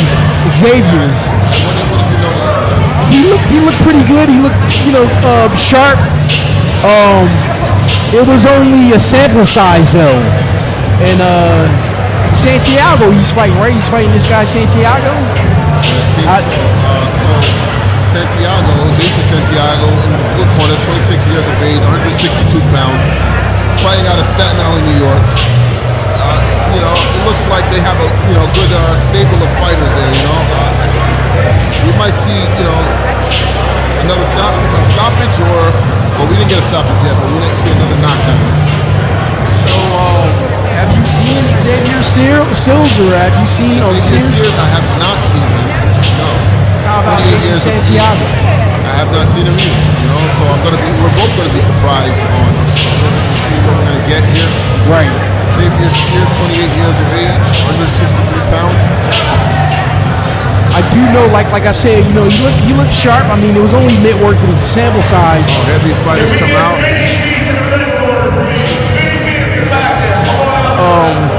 But you know what I do like is that it seems like they're evenly matched weight-wise. Not so much of a drop off in age. It should be a good one. I had a chance to interview some of these guys in the back, and you know, a lot of these guys are very determined, they're very focused on the task at hand, which is what I like to see in the young upcoming fighters. This is exciting. I mean, really exciting. You know, to see both sides determined. You know, sometimes you see guys that you know, their confidence, you know, are like a little off. You can kind of tell, but this one, it looks like this could be like one of the evenly matched one, but we might see a knockdown or a stoppage. Yeah, we'll definitely get one tonight. You know, we're definitely gonna get a knockout, or another knockdown. But we already had one knockdown, so and definitely a very entertaining fight. And you know, we're looking for more entertaining fights for the rest of the night. That was definitely the fight of the night so far. Right. Between Stevens Messinova and Romelo Kwan. Well, I'll say performance of the night. I'm not going to say fight of the night. Performance of the night by Mello. Because it was definitely a one-sided fight, in favor of Romelo Kwan.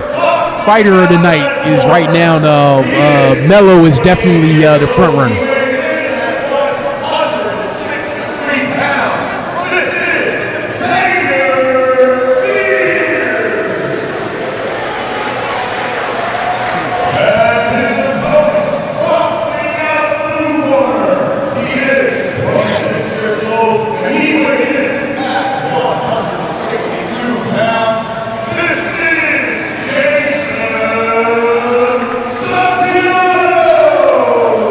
So I think Jason Santiago has to be fulfilling because I see him.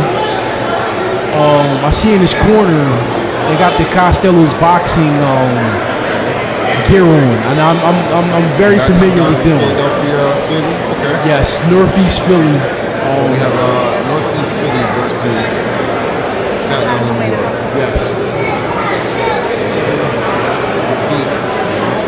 The one thing I will say about my experience with Costello boxers, pretty good, pretty gritty. Yeah, you think so?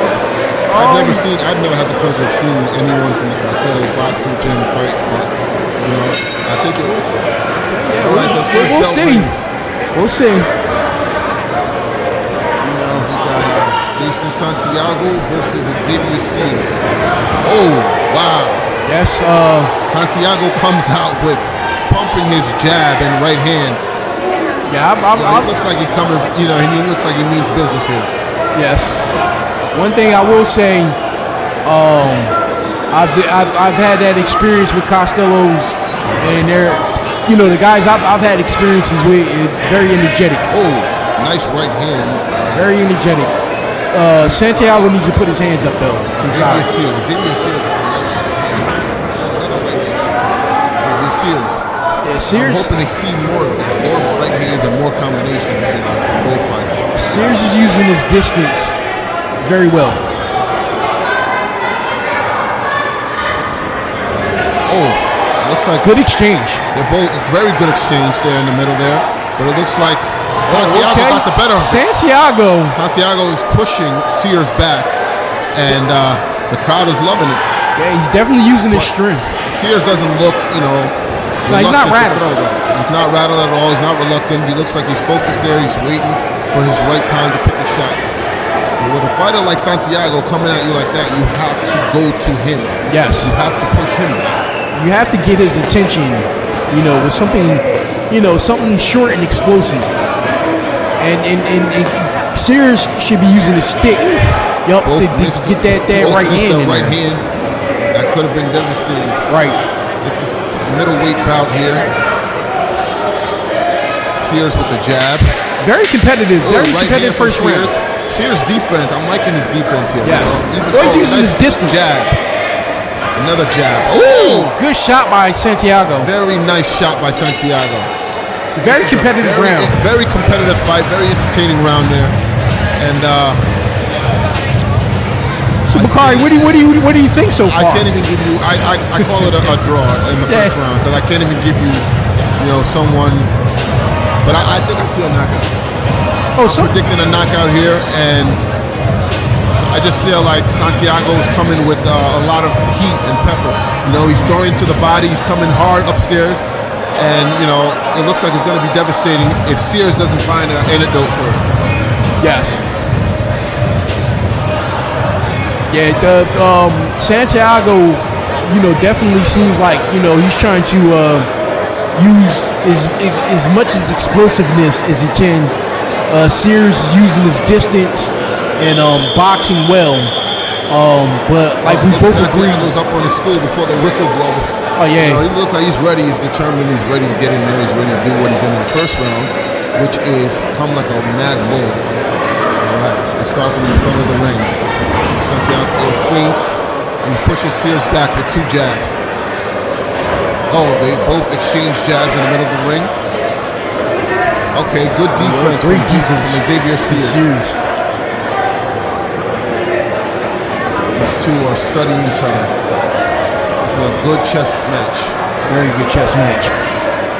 Okay, Xavier Sears with the jab. He's definitely starting to fight with the jab. Use his range. Xavier Sears is not a slouch at all. No, he definitely Xavier isn't. Sears is coming to fight. He's got a it. right and a left.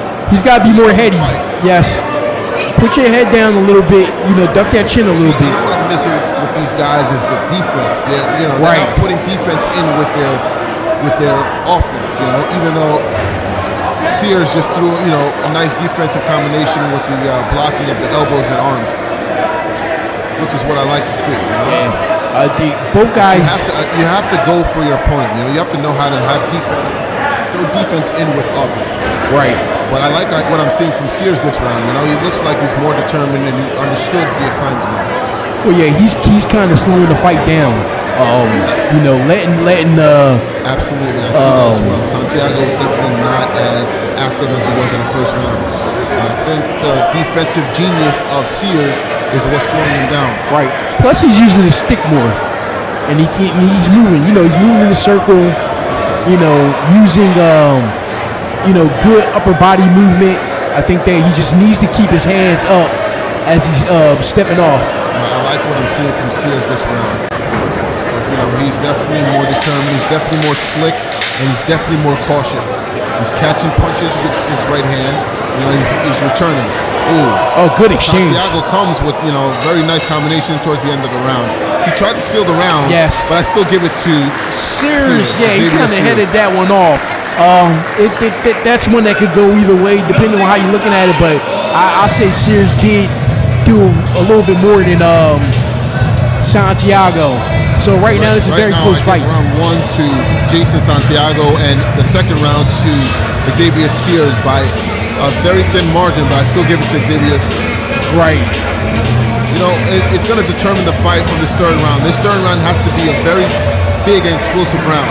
Right. But it looks like Jason Santiago slowed down significantly, so I don't know. And Xavier Sears has picked up, so, we might be able to see.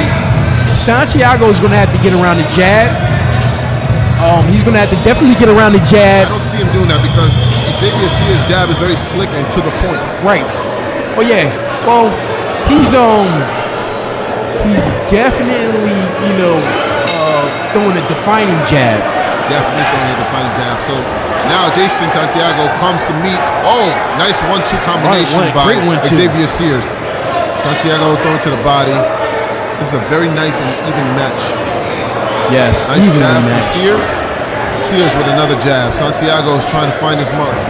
Oh, another nice sticking jab from Sears. Sears has a sneaky right hand. He goes right behind. Yeah, he goes right behind that jab. You see that short right hand he just threw? Finds its home. Sears is definitely focused and determined on outboxing the brawler. He's using distance. Yes, he's definitely using his distance well. And he's definitely using his defense. Santiago can't find him when he uses his distance. You can't hit what you can't catch. Oh, the referee warning about rapid punches from Santiago.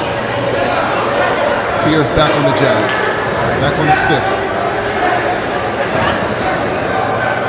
Sears is catching these punches. He's looking slick. Oh, good right shot hand from Sears. Sears, great right hand.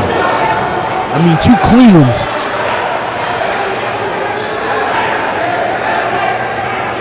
I like what I'm seeing from Sears. Both land a jab. Yeah, Sears is pulling away. You think with the victory? Yeah, I mean, he's definitely got the better end of this round. Oh, nice right hand from Sears. Santiago tried to come back. Comes back with his own, but he's missing off the mark. He's just a little off the mark. Well, Sears is using educated defense. He's got his hands straight up when absolutely, and he's ducking over those. Right. He's ducking under those overhand rights. Exactly. He's using his height and he's using his distance. They're measuring each other. Bout about to come to an end. Yeah, Sears. I think Sears pulled this one out. I mean, it was a gallant effort. Oh, good shot. Woo! Definitely pulled this one away. I feel like Sears has the victory, and that's going to be another victory for the red corner. And we'll see. Yeah, we'll see. I think that this was probably as close as a matchup all night. Even though I think Sears won the fight.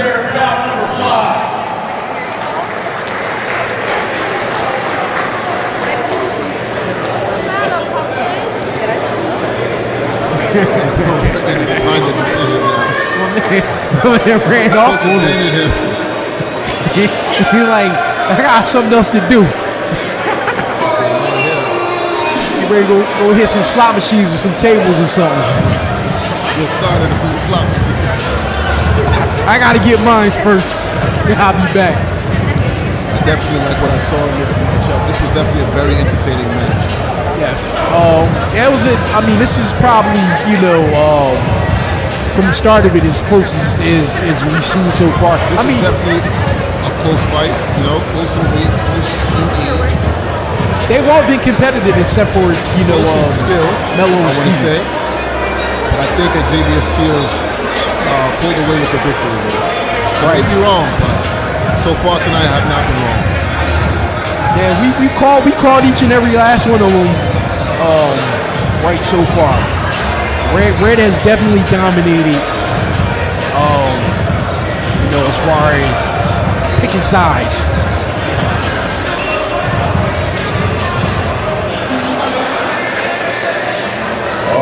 All right, announcers. We go to the judges' scorecards for winner of bout number 5, boxing out of the blue corner. Whoa! Wow. Oh, wow. Out to Jason Santiago. They gave it to Santiago probably for the aggressiveness. Definitely for the effective aggressiveness, but I felt like that was a little bit of a robbery. First robbery of the night. Because I feel like, honestly, I can't say that because it can't be a robbery if it's close. And that was definitely a close bout.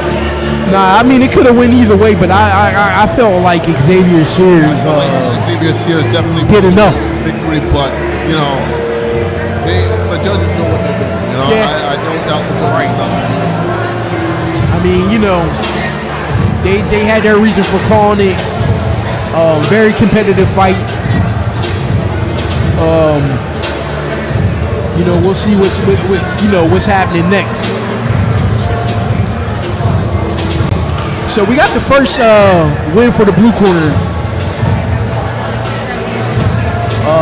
Jason Santiago out of Costello's Boxing, Philadelphia. Like I said, I've had experience with those guys, so they're always a tough out. They're always a tough out. We got our next bout between David Frank, 200 pounds, 42 years of age, and he's going up against Julius Brown, 250 pounds, 41 years old.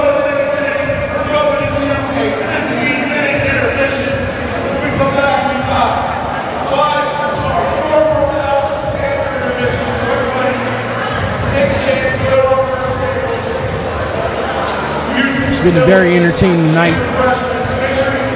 We're going to go on an intermission break, 15 minutes, and we're at bout number 7. So this has been a fun-filled night of great entertainment. Fun-filled night and definitely a very entertaining night, and a great night of boxing. Here at the Showboat in Atlantic City, New Jersey. Got a big crowd out here too. I mean, very nice crowd.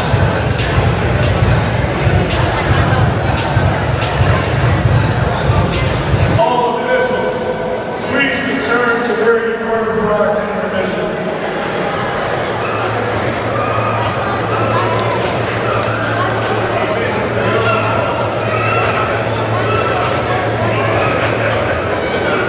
We appreciate everybody's patience. So one more reminder here about our merch labels. Except for Apple 17 clothing, you can find them at sourapple17.com. Here, right here.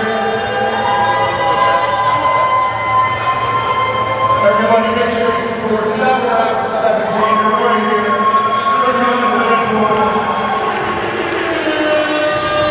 And just next to that is PPP Dispensary. They got a merch giveaway on the other side of the building next to Sour Apple 17. Make sure you go see the PPP Dispensary. And you can also find them at 3001 Atlantic Avenue right here in Atlantic City.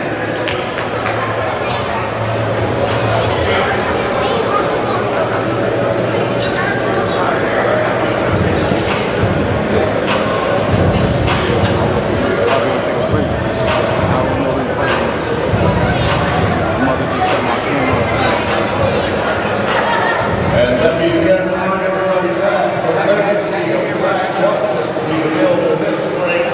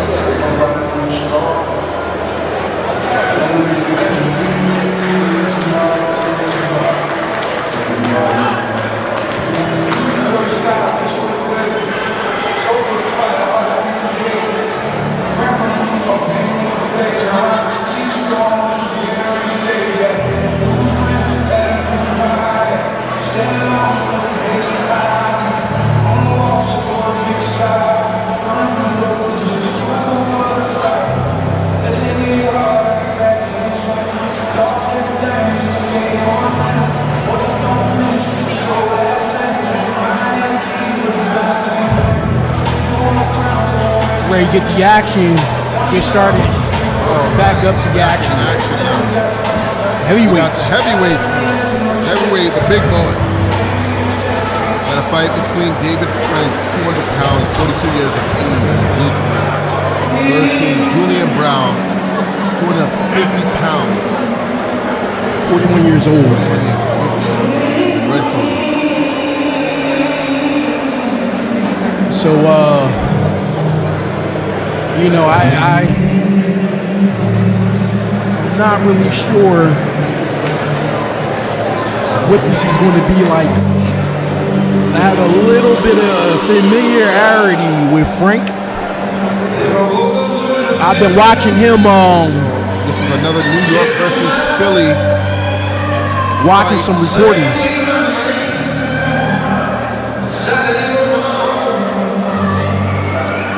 It's going to be an exciting one. I can guarantee you that. But yeah, it looked like somebody you might get hit hard. Right. If you notice one thing about these Philly fighters, they come in like brawlers. You know, they come in two to the body and one hard upstairs. And you know, they're trying to take their head off. You know, they come in here, they mean business. Right.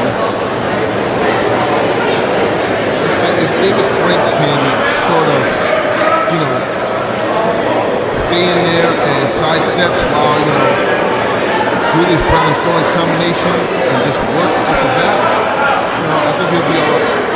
Yeah, he can make the night easier for himself if he uses the formula that you just put out for him. So we have Another wardrobe malfunction.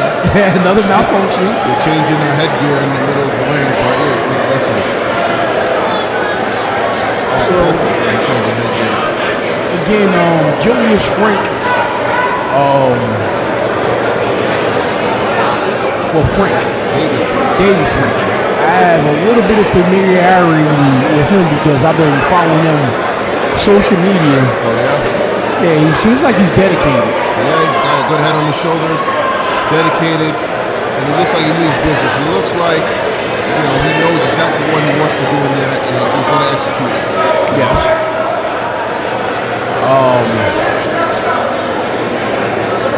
So Brown, Julius Brown. Not so familiar with him, but I'm familiar with Familiar with the style, you know, the style, the Philly culture. style. I think they all come from, you know, the same stable. Costello. Yeah, the Costello gym. And, you know, they seem to want to get in there and, like, take it. That's what we've been seeing. very aggressive. He's been working with, you know, these past fights, you know, where they were in the blue corner, that's when they won. Especially with Jason Santiago. It's just... Like I said, my experience with Costello's boxing, very explosive, really gritty. Definitely an interesting matchup right here. Heavyweights, you know, we all like the heavyweights, but we all always assume it's going to be a knockout. Right. Power punching.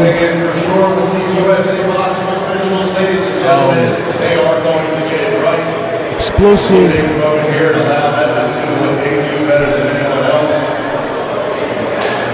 Gotta get in there first before you get in. Yeah. See some fighters out there, you know, get some fans sit quickly. You got to sit this fight. It has to be, you know. I don't care if you're the last fight of the night.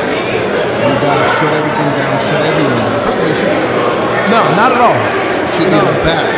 His corner should be calming him down, telling him to sit down. I understand your corner is busy. Right. But, you know, you should be. And if you want to be out of your family, just sit down. Stay seated, stay in one spot. Let somebody usher whoever needs to see the fighter to the back, if they need to see him. But I don't see what the urgency of being out in the crowd. I don't see the urgency in that. But we're going to focus in on this fight. Julius Brown in the red corner. The Costello Gym stable.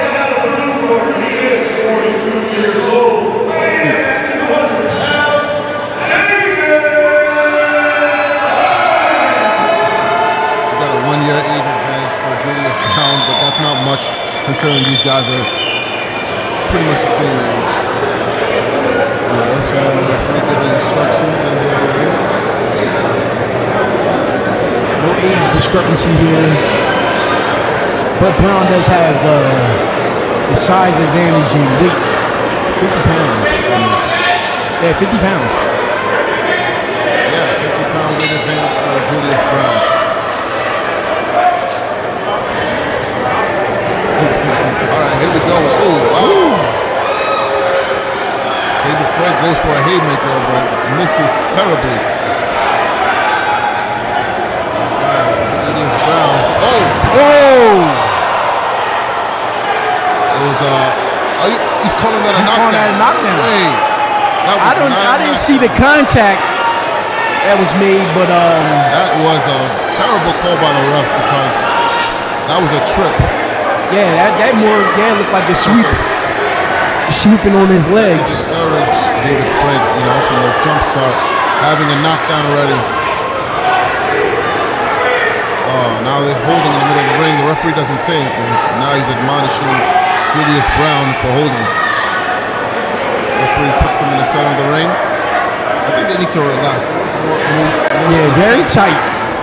Now they're swinging. Winging shots. I think Frank needs to use his distance. Now, can we predict the knockout? Should we wait for another round? If there's another round. If there's another round, right? They're both swinging for the fences. Trying to take each other's heads. Oh, good shot by Brown. Oh, good shot by Frank. Left hook Frank hurt him. by David Frank. He hurt. Oh, Good shot by left hook. Frank. Another one. Good. Entertaining First round. round by both these fighters. Where is Frank going? Go to Now, your corner. despite the knockdown, I feel like David Frank would have won that round for it not been a knockdown. Yeah. Right. I agree.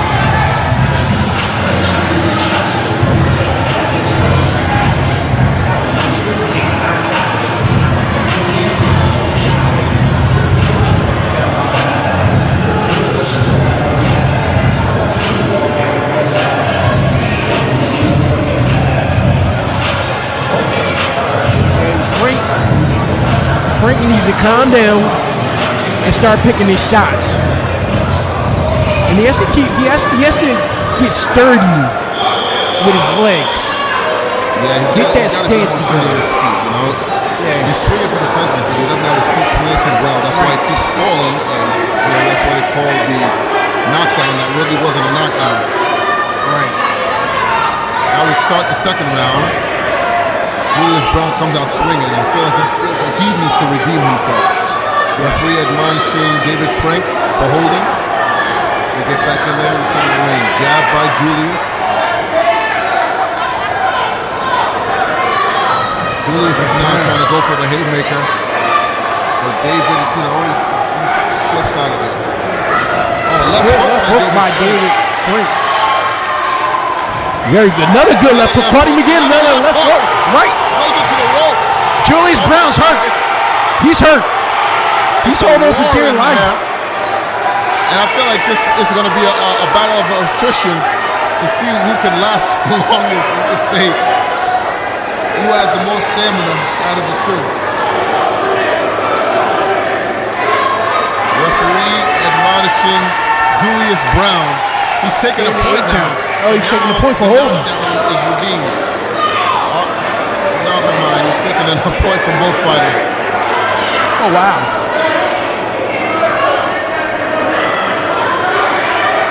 The referees has seen enough of the. Oh, another left hook. From David Frank. He stopped the hold with that left hook. By Frank. Oh. David Frank is really. Oh, he puts him down. Knocked down David by Frank David puts Frank. Julius Brown down. stands over him. Down goes Muhammad Brown. Ali. Down goes Brown. And the fight's over. First knockout of the Deborah's fight. son has for the first knockout of the night. David Frank. And David Frank is Deborah's beside son. himself.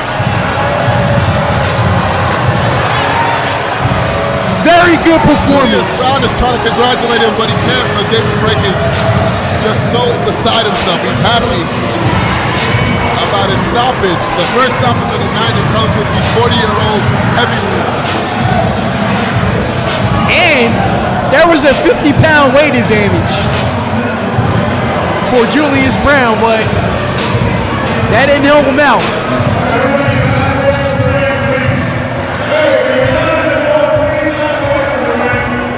And now to has to David Frank's very emotional. Very establish emotional. order. But another win for the blue corner. Knockout win. Very emotional. Very emotional. You know, it is a very emotional moment when you work hard for something and you accomplish it in that fashion, such as how David Frank has done. And David Frank, you know, won in a spectacular fashion.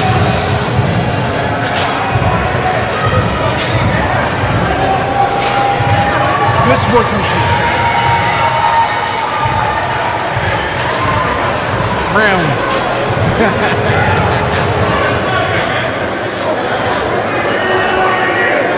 An explosive win by David Frank. Very explosive. He's in tears now. Very emotional. Congratulations by Julius Brown. David Frank is excited. I think we all are.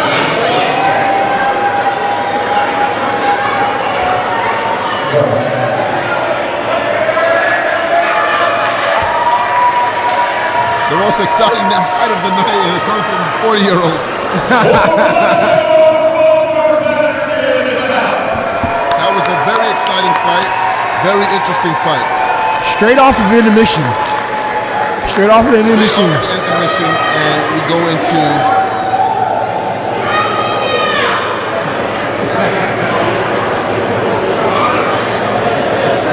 our next fight.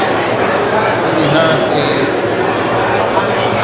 24-year-old versus a 38. Frank versus Brad. Got some name malfunctions.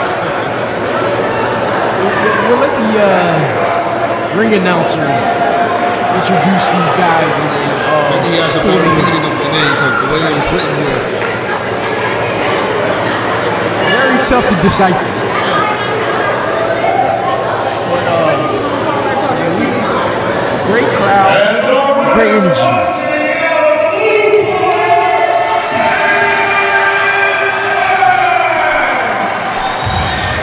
Great job by Very David amazing Frank. fight. Good job. That's another win for New York.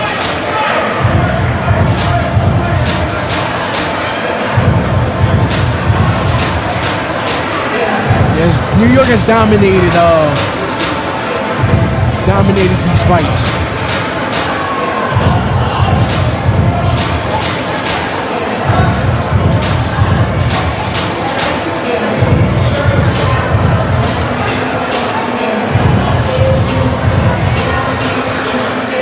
That fight definitely excited the crowd. I think everybody is up and ready for the next bout.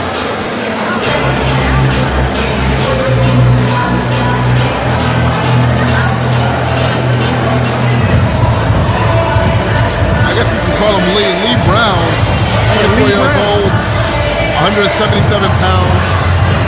You know, Frank Torado, the older man of the two. Did you say Frank Tornado? Torado. No, I'm messing with you.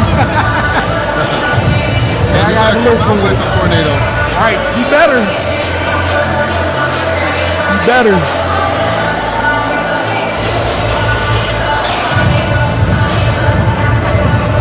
Very exciting night for Parker's Place Have Boxing. any of the fighters out yet? Nah, not yet. They're getting them ready.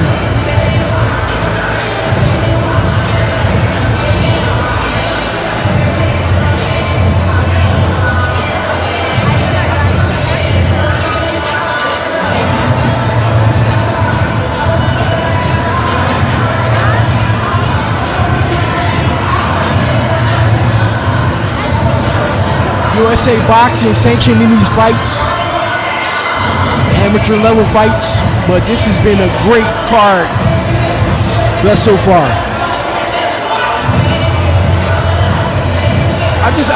The energy is really good tonight.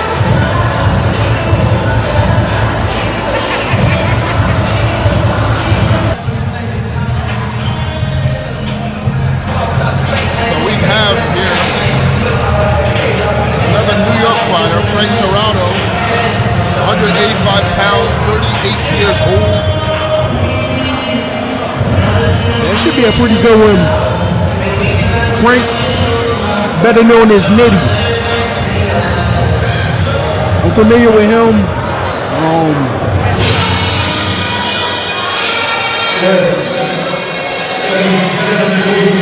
Ready to see what's ready to happen in this one. Another introduction.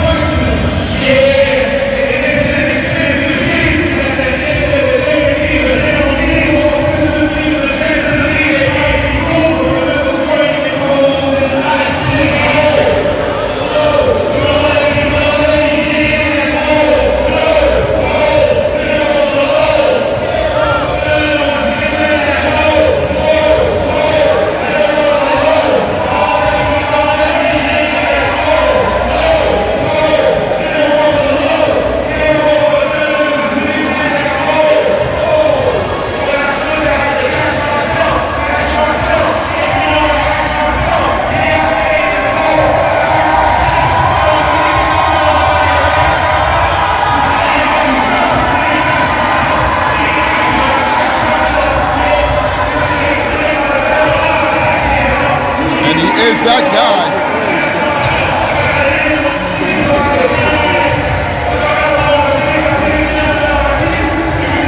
We have Lee Brown. I think this guy came from 24. I think they have it switched around. I think that's Frank Tirado in the blue corner. Okay.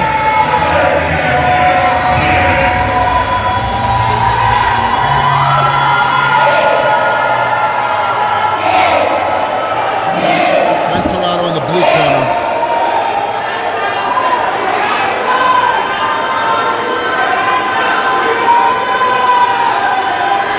Looks like he brought all of New York with him. Right. He brought all the 5 bows. I love it though. I love the energy.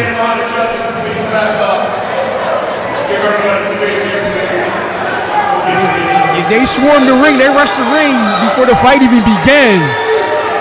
But I love it. Yeah, I love the energy here. The energy is something that you can feel through a screen. It's electric.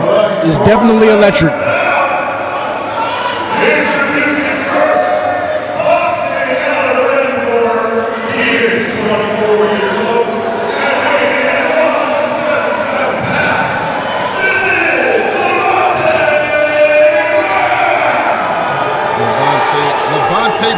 Devontae Brown.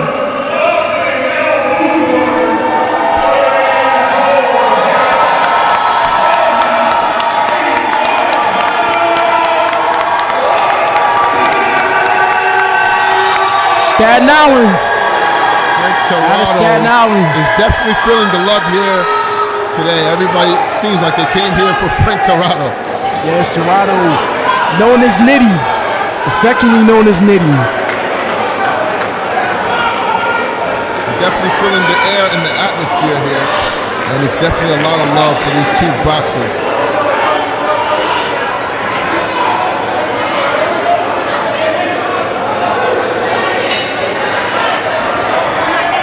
Starting off. A jab by Frank. Double jab by Frank. Jab. Right hand by Frank. Frank is coming in. Look like niggas Like a trying to man get him on out a of there. mission. Good shot. Whoa. When is the referee gonna break this up? Yeah, he's letting them go. They're heading off the break. The referee has to call both of them to relax. They need to calm down. They cannot fight this way. Very, very wild. What do you say? I see a knockout happening. What do you think? I can see a stoppage. I can see a stoppage. Oh, right These guys, hand. they're getting by hit Brown. clean. Clean right hand by Brown. Oh, punching off the break. These guys Brown have to use some going defense after still. him. The referee calls break to the fighters.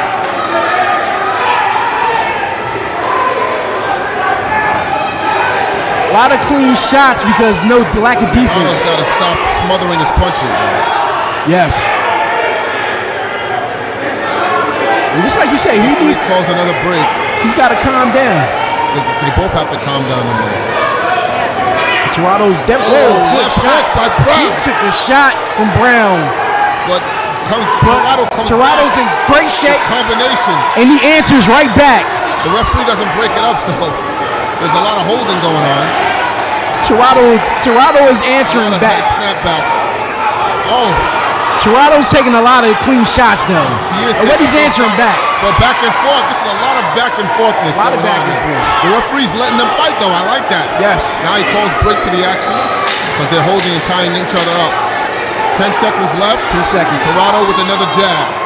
These guys are working This is now. going to be a very tough round to score Very, very difficult round. because they're both throwing combinations. I tell you, Toronto's answered every time. It looks like End of the first round, and we are confused on who took that round. every time Brown seems like he's getting the best of Toronto answers right back.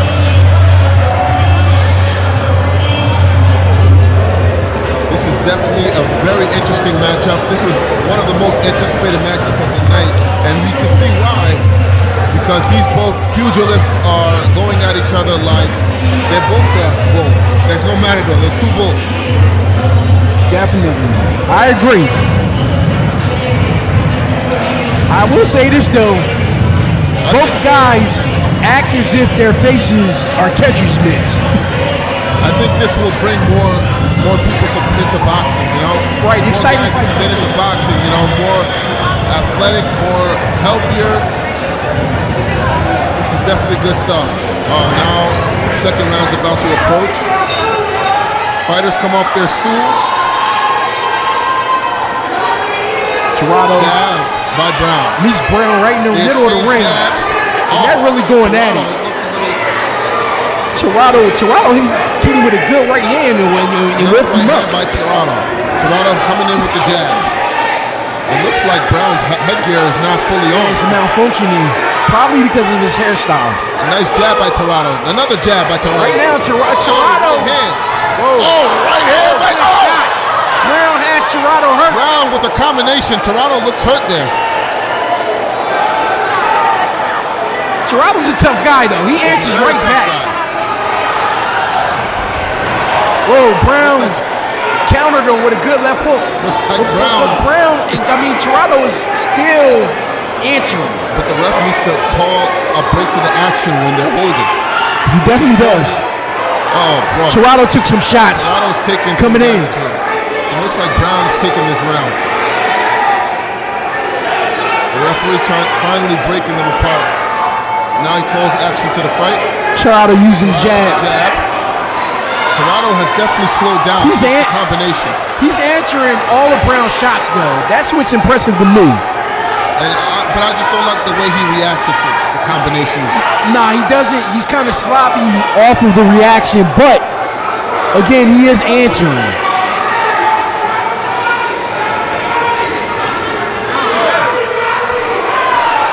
Toronto, big shots, but he's taking some big shots too.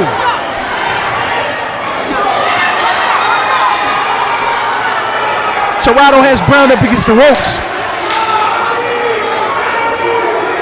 Now they, I'm sorry, I have to give this round to Brown. Brown, yeah. Levante has just showed that he is relentless in his punches and a lot of combinations. He's off balance. He has to get his balance together. So now I think we have an even fight here.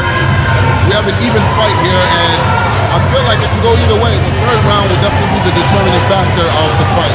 It's been very exciting. This is an exciting fight. I like the referee, the job he's doing, but he's got to call a halt to the action when they're holding each other. Right. It's got to be called. I understand you want to let the guys fight, and but you got to call. Yeah, but so when the fight is happening, you got to call a pause to the fight when the guys are holding each other, because you got one arm holding and one arm hitting. Right. Well, yeah, there's an advantage. That's actually how it goes, though. One free hand can work. Once you have one free hand, you can work. Definitely. But this is definitely going to be a determining factor to see who is the more athletic, who is the more conditioned. Yes. This is where condition comes into play. It's a war of attrition. Now the referee is warning him about holding. The referee is educating him about holding and punching at the same time. He's doing it to both fighters. Now this is third and final round. Final round. Toronto's trying to use this. Down. Toronto goes down. Brown gets the knockdown on Frank Toronto. He's off balance. It seems more like an off balance knockdown, but a knockdown is still a knockdown, regardless. Toronto has to get his legs over my Toronto has to get a knockdown to win this fight, or he's giving it away. He has to hurt Brown to win this fight, I believe. Good shot by Toronto. He definitely answered back. The referee causes a pause. He's warning Levante Brown about the holding. If he takes a point away, it can even up the fight. Oh, right hand by Toronto. Toronto's answering back as he has the entire fight. Good upper shot. He's got to be careful too, because he's eating a lot of punches. Brown is hitting him with some clean shots, though. Oh, he's calling a halt to the bout. He's giving a standing 8 count to Toronto. He's going to have to knock Brown out to win this fight. He's going to have to stop him. This bout has the whole crowd electrified. Everyone's standing up. Brown hitting with a clean 1-2. And now Toronto is coming in. He's coming to go. He's trying to hit him with some big shots to put him out. He's going to have to knock him out to win this fight. Oh, but he's eating a lot of leather. Yes, he is. In the meantime. Hey, listen, he's game. He has to knock Toronto's going for it. But he's going for it. He needs to. He's going to have to do something to pull this one off. No hold me him. 10 seconds left, and I don't think he has enough time. The referee warning Brown about putting his head down. Brown smartly moving away and just winning the fight. He knows he has the fight in the bag. Good fight. It was a great fight. I think Toronto knows. He knows the mistakes he made. He knows the mistakes he made. Now he can go back to the gym and focus on those mistakes and work on those mistakes. I think he has to be 5-pound Frank Toronto, 38 years old of age, going against a 24-year-old. Right. He did good in my book. I think 170-pound, 24-year-old Levante Brown. You can't ask for a better matchup. No, great matchup. Age and wisdom versus youth and strength. And the judge will tell the final decision here in a moment. I think that Brown, he was explosive. He hit Toronto with a lot of clean shots, but where I was impressed with Toronto was he answered. He definitely answered back, but the difference is the knockdown. Yeah, the knockdown definitely did it to him. Had there not been a knockdown, it may have been a little bit closer. Well, actually, it was two. It was a standing 8 count. And a standing 8 count. So that's what kind of pushed me back to really make the scorecard probably go further in Brown's favor. But this was definitely an exciting, explosive fight. Yes, sir. Give it up for both fighters. A lot of heart and guts.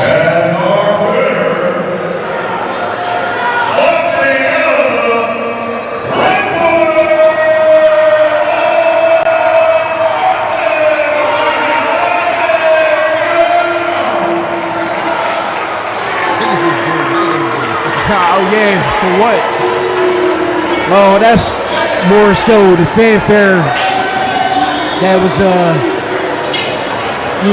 here in support of Frank Tirado, and he did a good job, excellent job by both fighters. Most exciting fight of the night.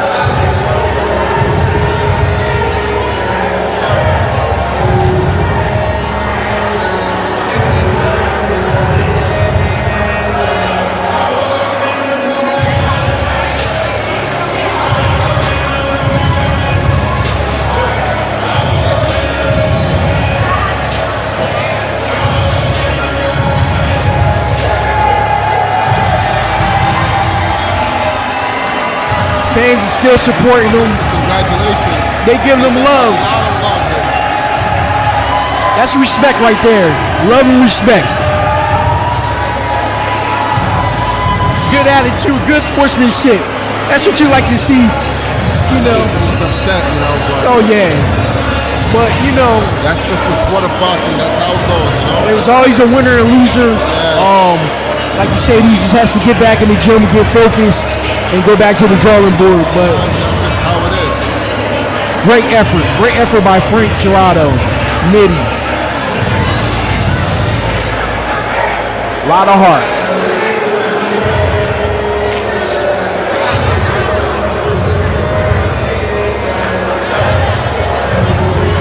This atmosphere is so electric. I'm so impressed.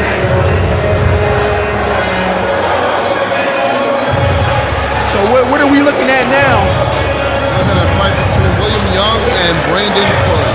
No, I'm sorry. There's a fight before that. It's Ravel Lee, 147-pound bout, welterweight bout. Ravel Lee, 22 years of age, versus 147-pound Demonte Griffin, 33 years of age.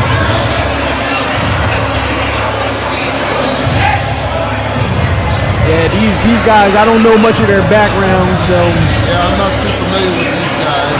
hopefully it can live up to the last couple of fights. It's been exciting.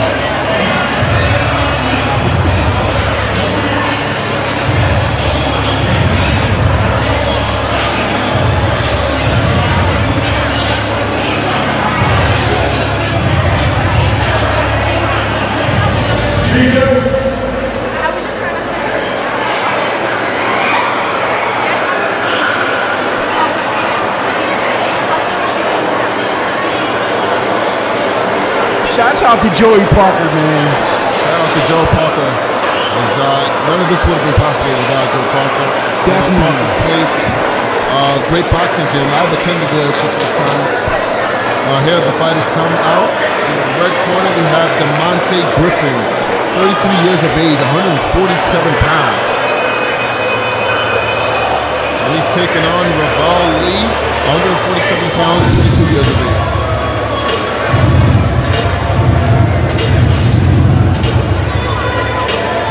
It's the excitement and the Should be an electric of the exciting crowd. welterweight bout.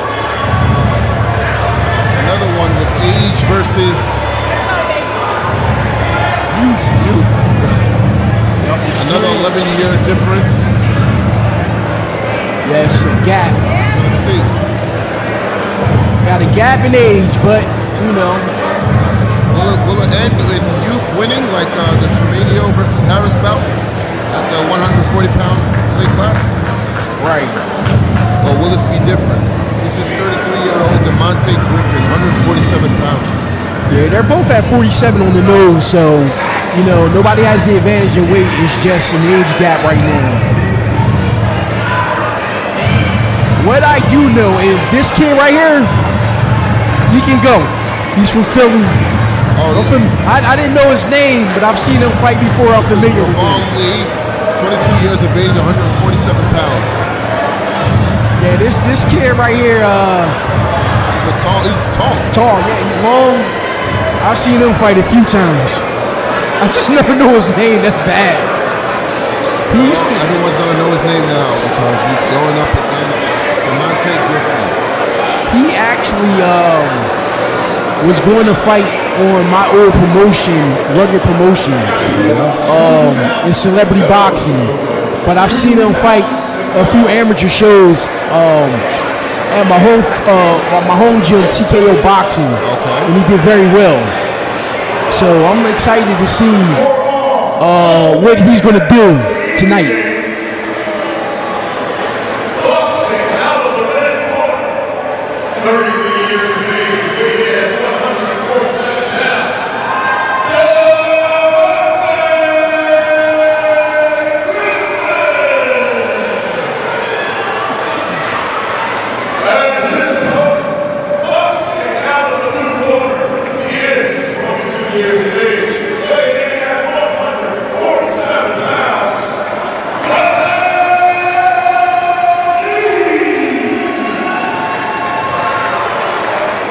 It's crazy. Fighters are in the center of the ring. Referee giving instructions.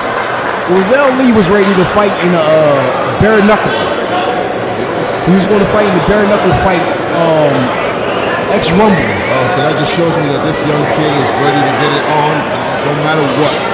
Yes. For whatever reason, it didn't work out, but he's here, so we're going to see what he does tonight. We're anticipating how this bout's going to go. He's a southpaw too, Lee. Southpaw versus Orthodox matchup. Oh, he's fighting like an Olympic fighter. Yes. Very, very relaxed, fluid jab. Oh, Whoa. nice Catches you with a good left. Using that distance. Out of the way. His defense is showing here in the first round. Yes. Referee calls a break to the fight. Fighters go back in the center of the ring. Lee is very loose. He's downloading data. And he's using his distance. If he uploads the data next round. He's using the jab like a slapping jab. Flickering. And he's changing the speed on it. He's testing. Oh, good straight left. All right. They're going inside. Now they're going the inside. He busted up. Lee educatedly wrapped Griffin up. Referee warning Griffin about lowering his head. Nice job by Lee. What's impressive about Lee is he's changing the speed of the jab, and he can't see the left hand coming back over. Left hook by Lee. Another left hook by Lee. He's coming in with these pot shots. Good right hook by Lee. Yeah, pot shots. But Griffin is very aggressive inside of there. He's trying to work. He's trying to work on the inside. Griffin is shorter, so his advantage would be on the inside because he has shorter arms. I think that Lee has done a successful job keeping him at bay, keeping him where he's at. Yep, using the distance. I think that Griffin has to use more head movement. Combination by Lee, but it just misses. He's not using any head movement. His head's right on the line. End of the first round. I have to give it to Lee. Yeah, only Lee's More slick fighter. He definitely looked really good in that. took that round. He's using his distance. I think the mistake that Griffin is making is he's got his head on the line. He has to move his head and get inside, work inside, try to get to the body, and come back up top. But you were, as you stated, Lee is using the distance, and he's using his advantage, flickering that jab. What I noticed is he's changing speed on the jab, and then when he decides to throw the left, whether it's a left hook or an overhand left or a straight left, the jab is disguising it. It's a camouflage. It seems like this is another Philadelphia versus New York matchup. I could be wrong. I'm not too sure where Monte Griffin is from, but he is being coached by New York coaches. Okay. So it's foul. Now we're into the second round. Lee still snapping that very sophisticated jab. Yes. That jab's impressive. Straight You see left how he just by comes? Lee. Yeah, it's camouflage. That left hook. Holds. That left is just Griffin comes in. easy. Griffin digging to the body. Oh, he gets an uppercut in there. Griffin Good is shot. on a man on a mission. Referee calls a halt to the bout. He has to Warns turn Griffin this. about his holding on the inside. Griffin has to turn it into a fight because Now boxing-wise, he's being outclassed. Back to the center of the ring.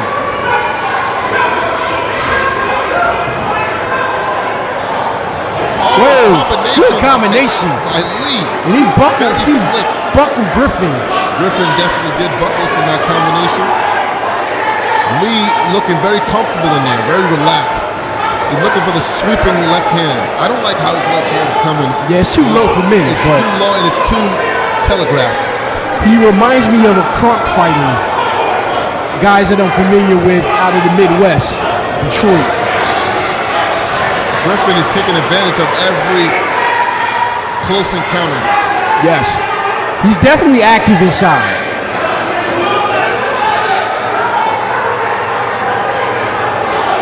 But Lee is using that distance, and he's got a home for that left hand. Great shot.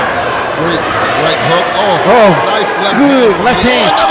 Another big left hand. The ref was standing A for that second left hand because it jerked back the head of Griffin. Griffin disagrees with it, but his head snapped back. His head did snap back. And the referee certainly didn't mind taking account. Good left hand. That's another one. Left hand, and the referee admonishes Lee. He is winging. He's winging those lefts. Whether it's a straight after the bell, a straight left hand or a left hook. He's coming behind that jab, the impressive jab. I just think he carries his left hand a little. I mean, his right hand too low. But he's getting the job done. He's using his distance. And he's not letting Griffin get inside as much as Griffin would like to.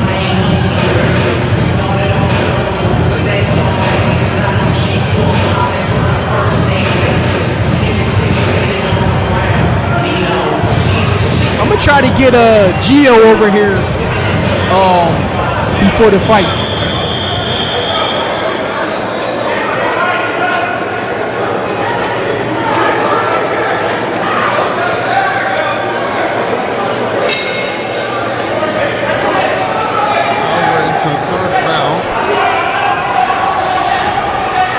Griffin gets another shocking left hand.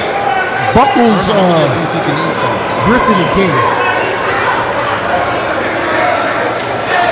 Buckles him again. Oh.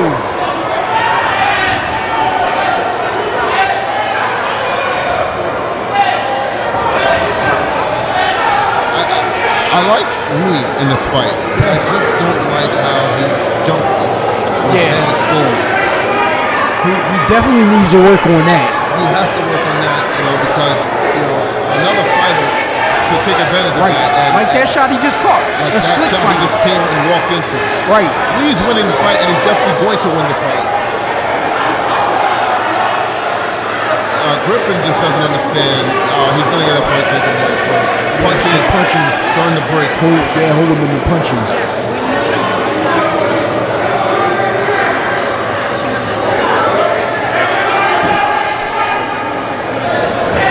Body shot. Good body shot. Very good body shot. Straight left to the body. And he led with that. Now he brings it upstairs. Combination by Lee. He led with that body shot. Oh man. Another left hook. Right and left by Lee. Griffin is trying to throw inside. The referee calls a halt, calls a break. I guess the referee's not acting. I'm not sure what he keeps calling a break and admonishing Lee for. Yeah. I don't know if he's shaking the head. But he punched with a lot of fluency. He's very fluid with his punching. That left. Oh man. Oh yeah, he's hurt. He's definitely hurting Griffin, but Griffin is tough. Griffin is game. He's game. I like Griffin. He's answering back. Lee won this, landslide victory, but Griffin should not hang his head low because he came to fight. He definitely came to fight. He answered, and he took advantage of all the openings that Lee gave him. It was just that Lee camouflaged that left hand with the jabs, changing the speed on the jab. And he was very fluent.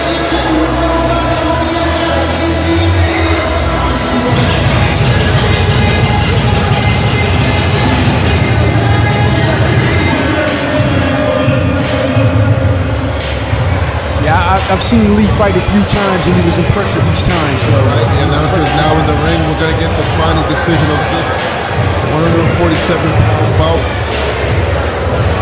Let's give it up for our co-main finisher. This was a classic. Atlantic City, New Jersey, at the Showboat, and we had a classic.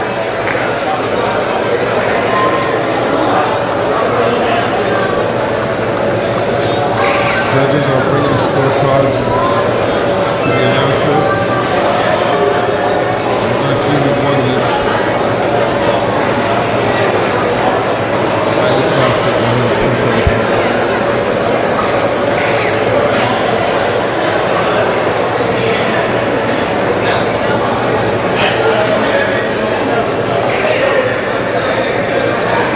And the winner of the main event, boxing out of the blue corner,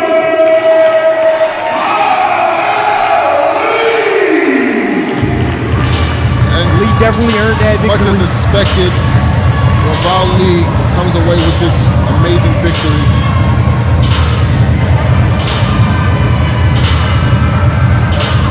Both guys put up a great effort. Lee just Definitely put up a great fight. You know, this was definitely an entertaining fight. But you know, Raval Lee just showed his class. He showed his skill. He showed his boxing prowess, and he was just a better man. he was a little bit too much for him.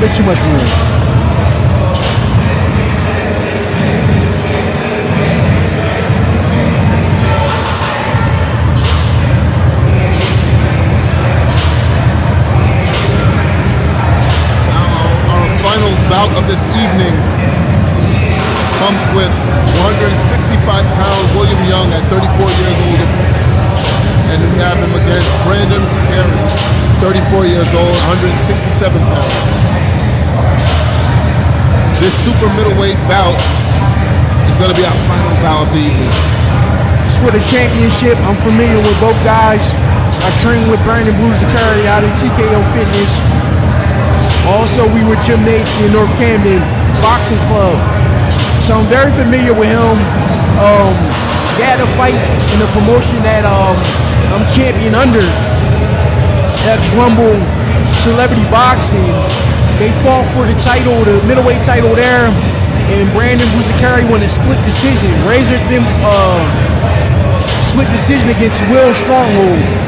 Will Stronghold, very game tough fighter out of Philadelphia. Before he fought Brandon Buzzacari, he fought Hammer and Hank Lundy. Went to decision with Hank Lundy in a game fight, but he lost that. And then he turned around and lost a razor-thin decision against Brandon Buzzacari. This fight has been in the making for over a year. And let's not forget our sponsors, Reflex Radio, Parker's Place. Can't Big Deal forget Promotions, 302 Boxing, Sour Apple, and Puff and Pass. So we definitely got to give shots out to the sponsors and Joe Parker, who's responsible for this event. We are here at the Showboat Casino and Water Park, and we ready to get it going. this was definitely an amazing night thus far.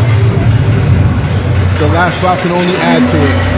Hopefully we get another stoppage, another knockdown, a knockout. I will say this. These guys aren't fond of each other at all. And this is definitely a Here we go. rivalry match. This is the last fight of the evening, last bout.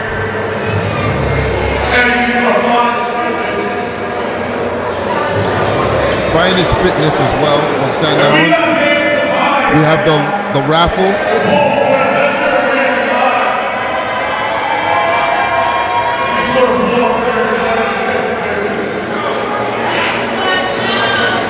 The winners for the wall $92. Not yet. Ready to put on the line.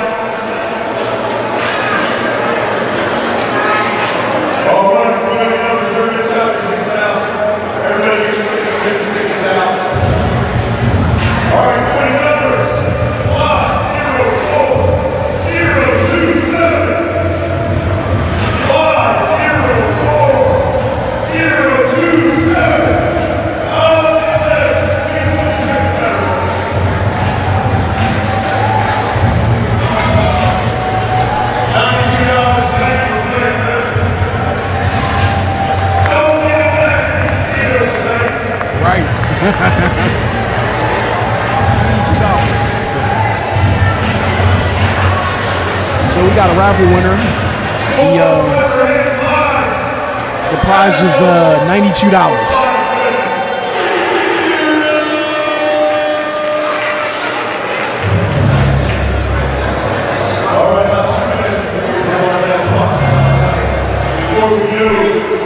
This is going to be an exciting fight.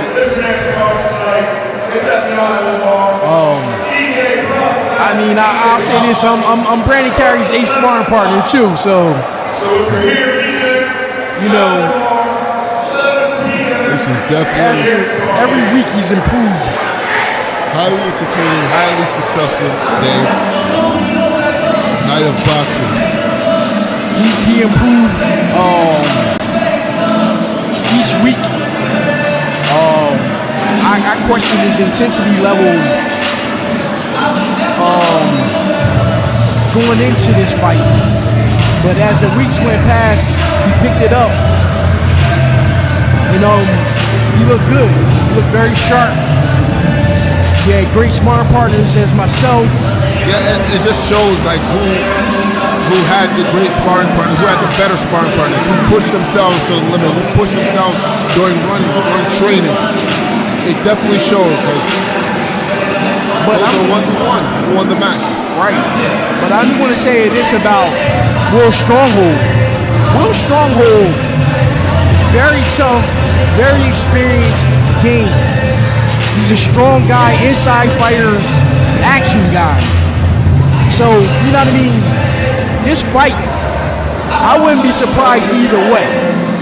Of course, Brandon is a stable mate. I know that he's coming and he's prepared. He's prepared to win. But You have to be prepared to die. yes, You definitely. have to put your everything in that ring. You kill yourself in training to get a great night of boxing. The night of the fight. I agree 100%. This is getting ready to get really serious. Both guys train their behinds off. My videographer, he actually records. Oh, that's Brandon Carey. Middleweight champion, celebrity boxing, ex-Rumble, out of Camden, New Jersey. Now this is Brandon Corey, 34 years old, 167 pounds. Brandon Carey.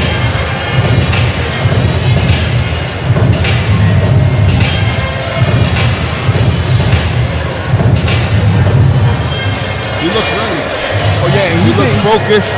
He's Coming out in the Mike Tyson-esque towel around the head. tremendous shape. Walt Williams in his corner. That's my co-trainer. It's ready to go down. I'm expecting a very good fight. Will Stronghold, battle tested. He's coming in, ready for war.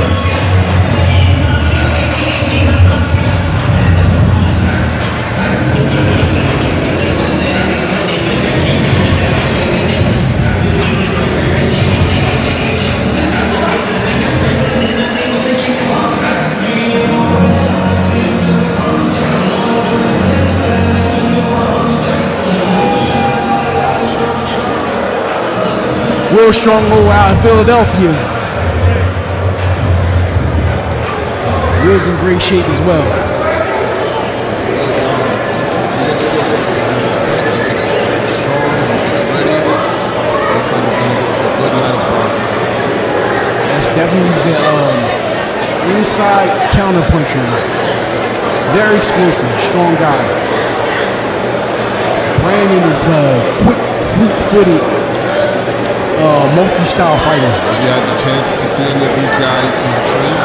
Oh yeah, I train with Brandon. He's out of my gym, TKO Fitness. Okay. So I've sparred with him.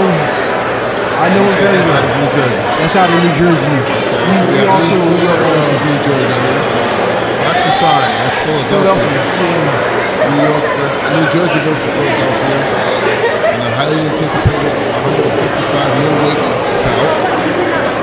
Yes, super middleweight. In the blue corner, we have William Young, 165 pounds, 34 years old. And we have Brandon Carey, 167 pounds, 131 years of age.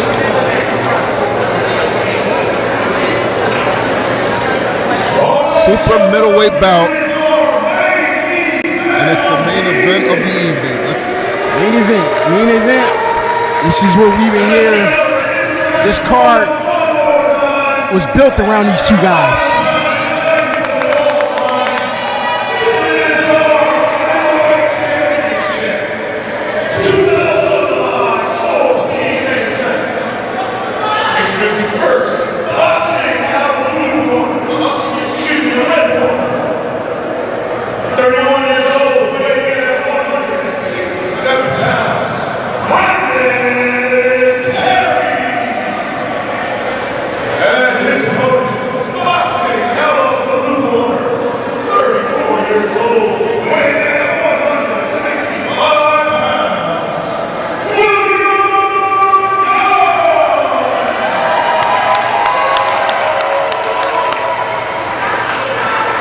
Going to be a very interesting matchup.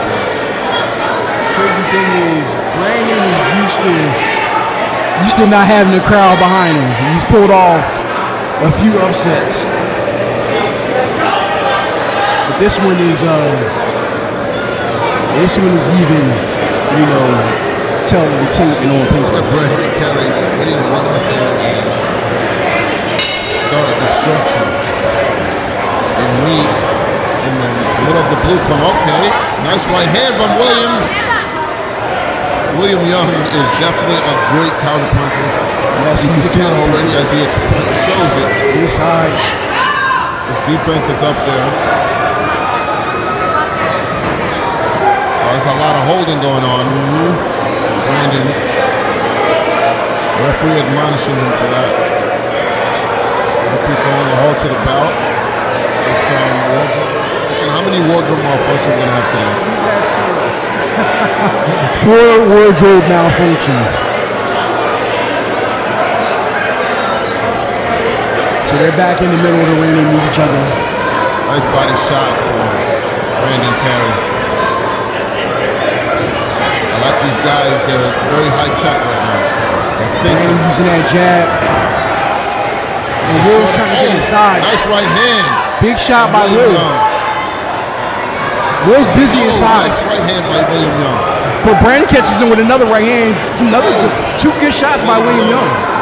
He's definitely countering as he should.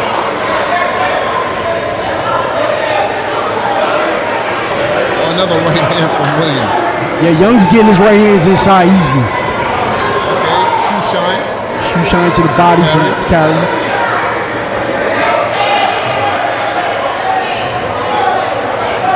Now Carey is not as anxious to jump in. He's a little reluctant to jump in now because he's been getting countered every time he jumped in. Yes.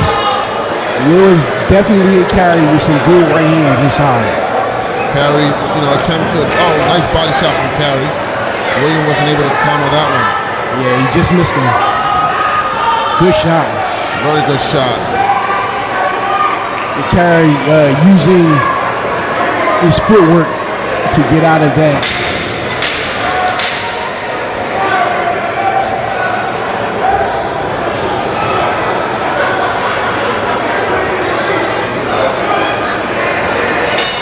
Very close round. First round. Who did I win in that first round? I got it about even. Definitely even, but I give the edge to William Young because I felt like he countered well. He was effective. Even though Carey was more aggressive, Young was more effective in countering. I think Young. But I'm not the final decision. We have ring judges on the side, that's going to decide. But I think Young did very good inside, and Brandon did very good with the distance. But William Young definitely got the better of the shots, right hands early on inside.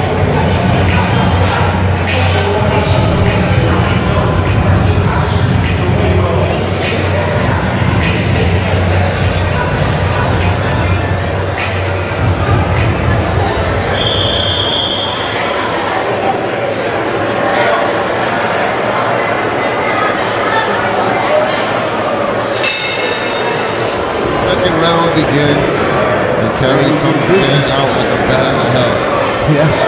And like a triple jab. None of them were effective. Young is just being patient. He's trying to select his shots. And I feel like if you're a short fighter, you have to be patient. Yes. And wait to counter because. Oh man, Brandon just hit me with a good right hand. Nice counter by Yeah, Will just came back. He answered.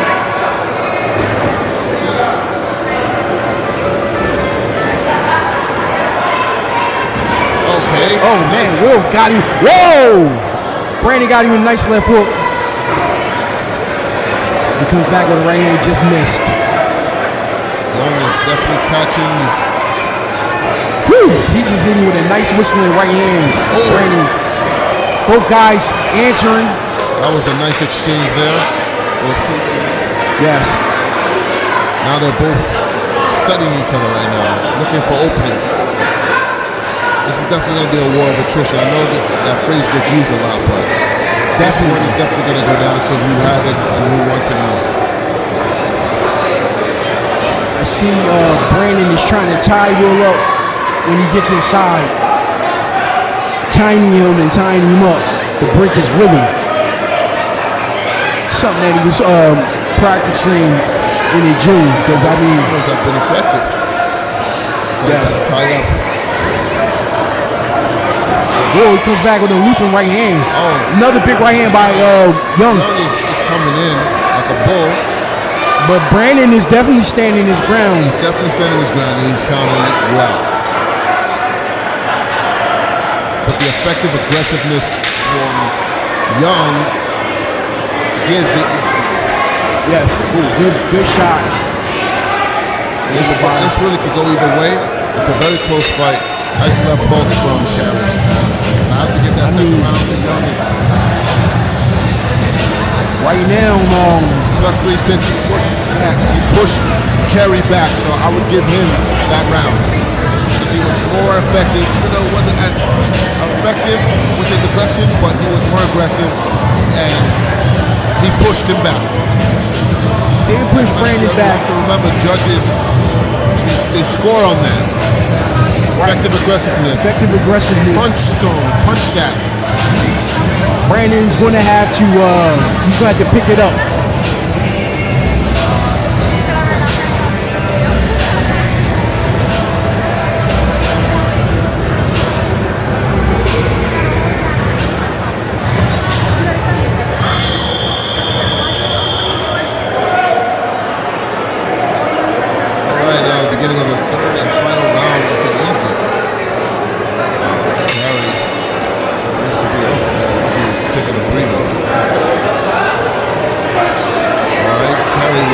Jab to the solar plex.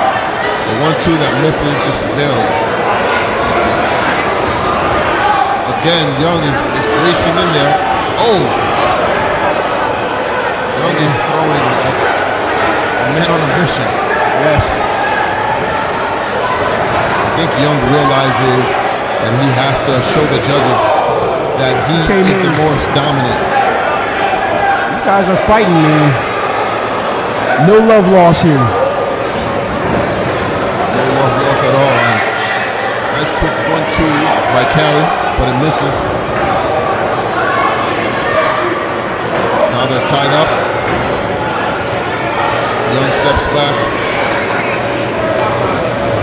He's catching. Young charges in again. Good straight right hand by Brandon. Young is trying to answer. I'll say this right now. I think that Brandon. Nice right hand by Young. Brandon has gotten the better of this round so far, but Young has had his moments. Punch stats and punch connecting punches. Young is better with the punch connecting stats. Oh, good left hook by Carey.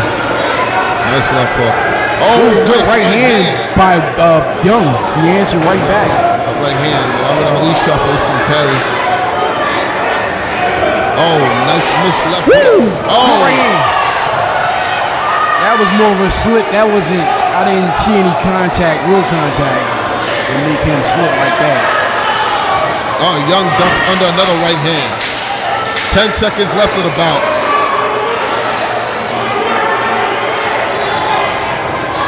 Young boxing around. Perry misses another left hook. The end of the bout here. And I'm telling you, I have to give it to Young. I have to give the fight to Young by unanimous decision. He was the more effective, you know. He really stood his ground. That was a very well entertaining bout. 34-year-old William Young, 165 pounds, versus 167-pound Brandon Perry. I can make my predictions and my assumptions, but you know, it's all up to these two judges here. Let's hear it. Close fight. Entertaining fight.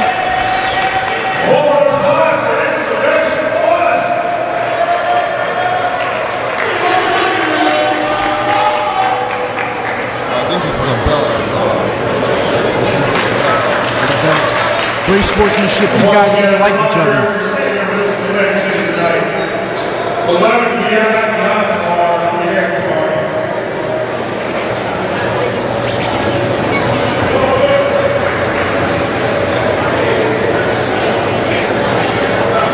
Let's hear it for sportsmanship in there, guys. You gotta love the sportsmanship. They're both holding hands, raising each other's hand. These guys really did a great job. They did an absolute great job. I would like to see him fight again in a Oh yes, match. I can't wait to see and Brandon Perry, you know, get in the ring, you know, against other opponents. This was definitely a great night of boxing. A very entertaining night. Yeah, shout out to Joe. You know, I gotta shout him out because you know he put this together, and you know everybody left or is going to leave, you know, satisfied. Right. Oh yeah, definitely. The brand is definitely Ladies and big. gentlemen, we have 21-47. I'd like to close this here to present the title to the winner of our main event of the evening.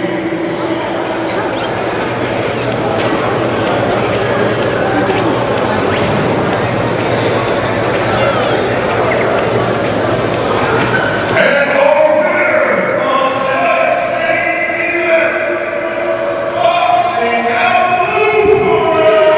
Like I said, I already knew. He definitely, you know, The way he was fighting was he did what he was supposed to do. like a determined man. He wanted the fight, he wanted the match, he wanted to win, and he went and got it. Definitely. I gotta take care of some business in the ring. It was great working with you.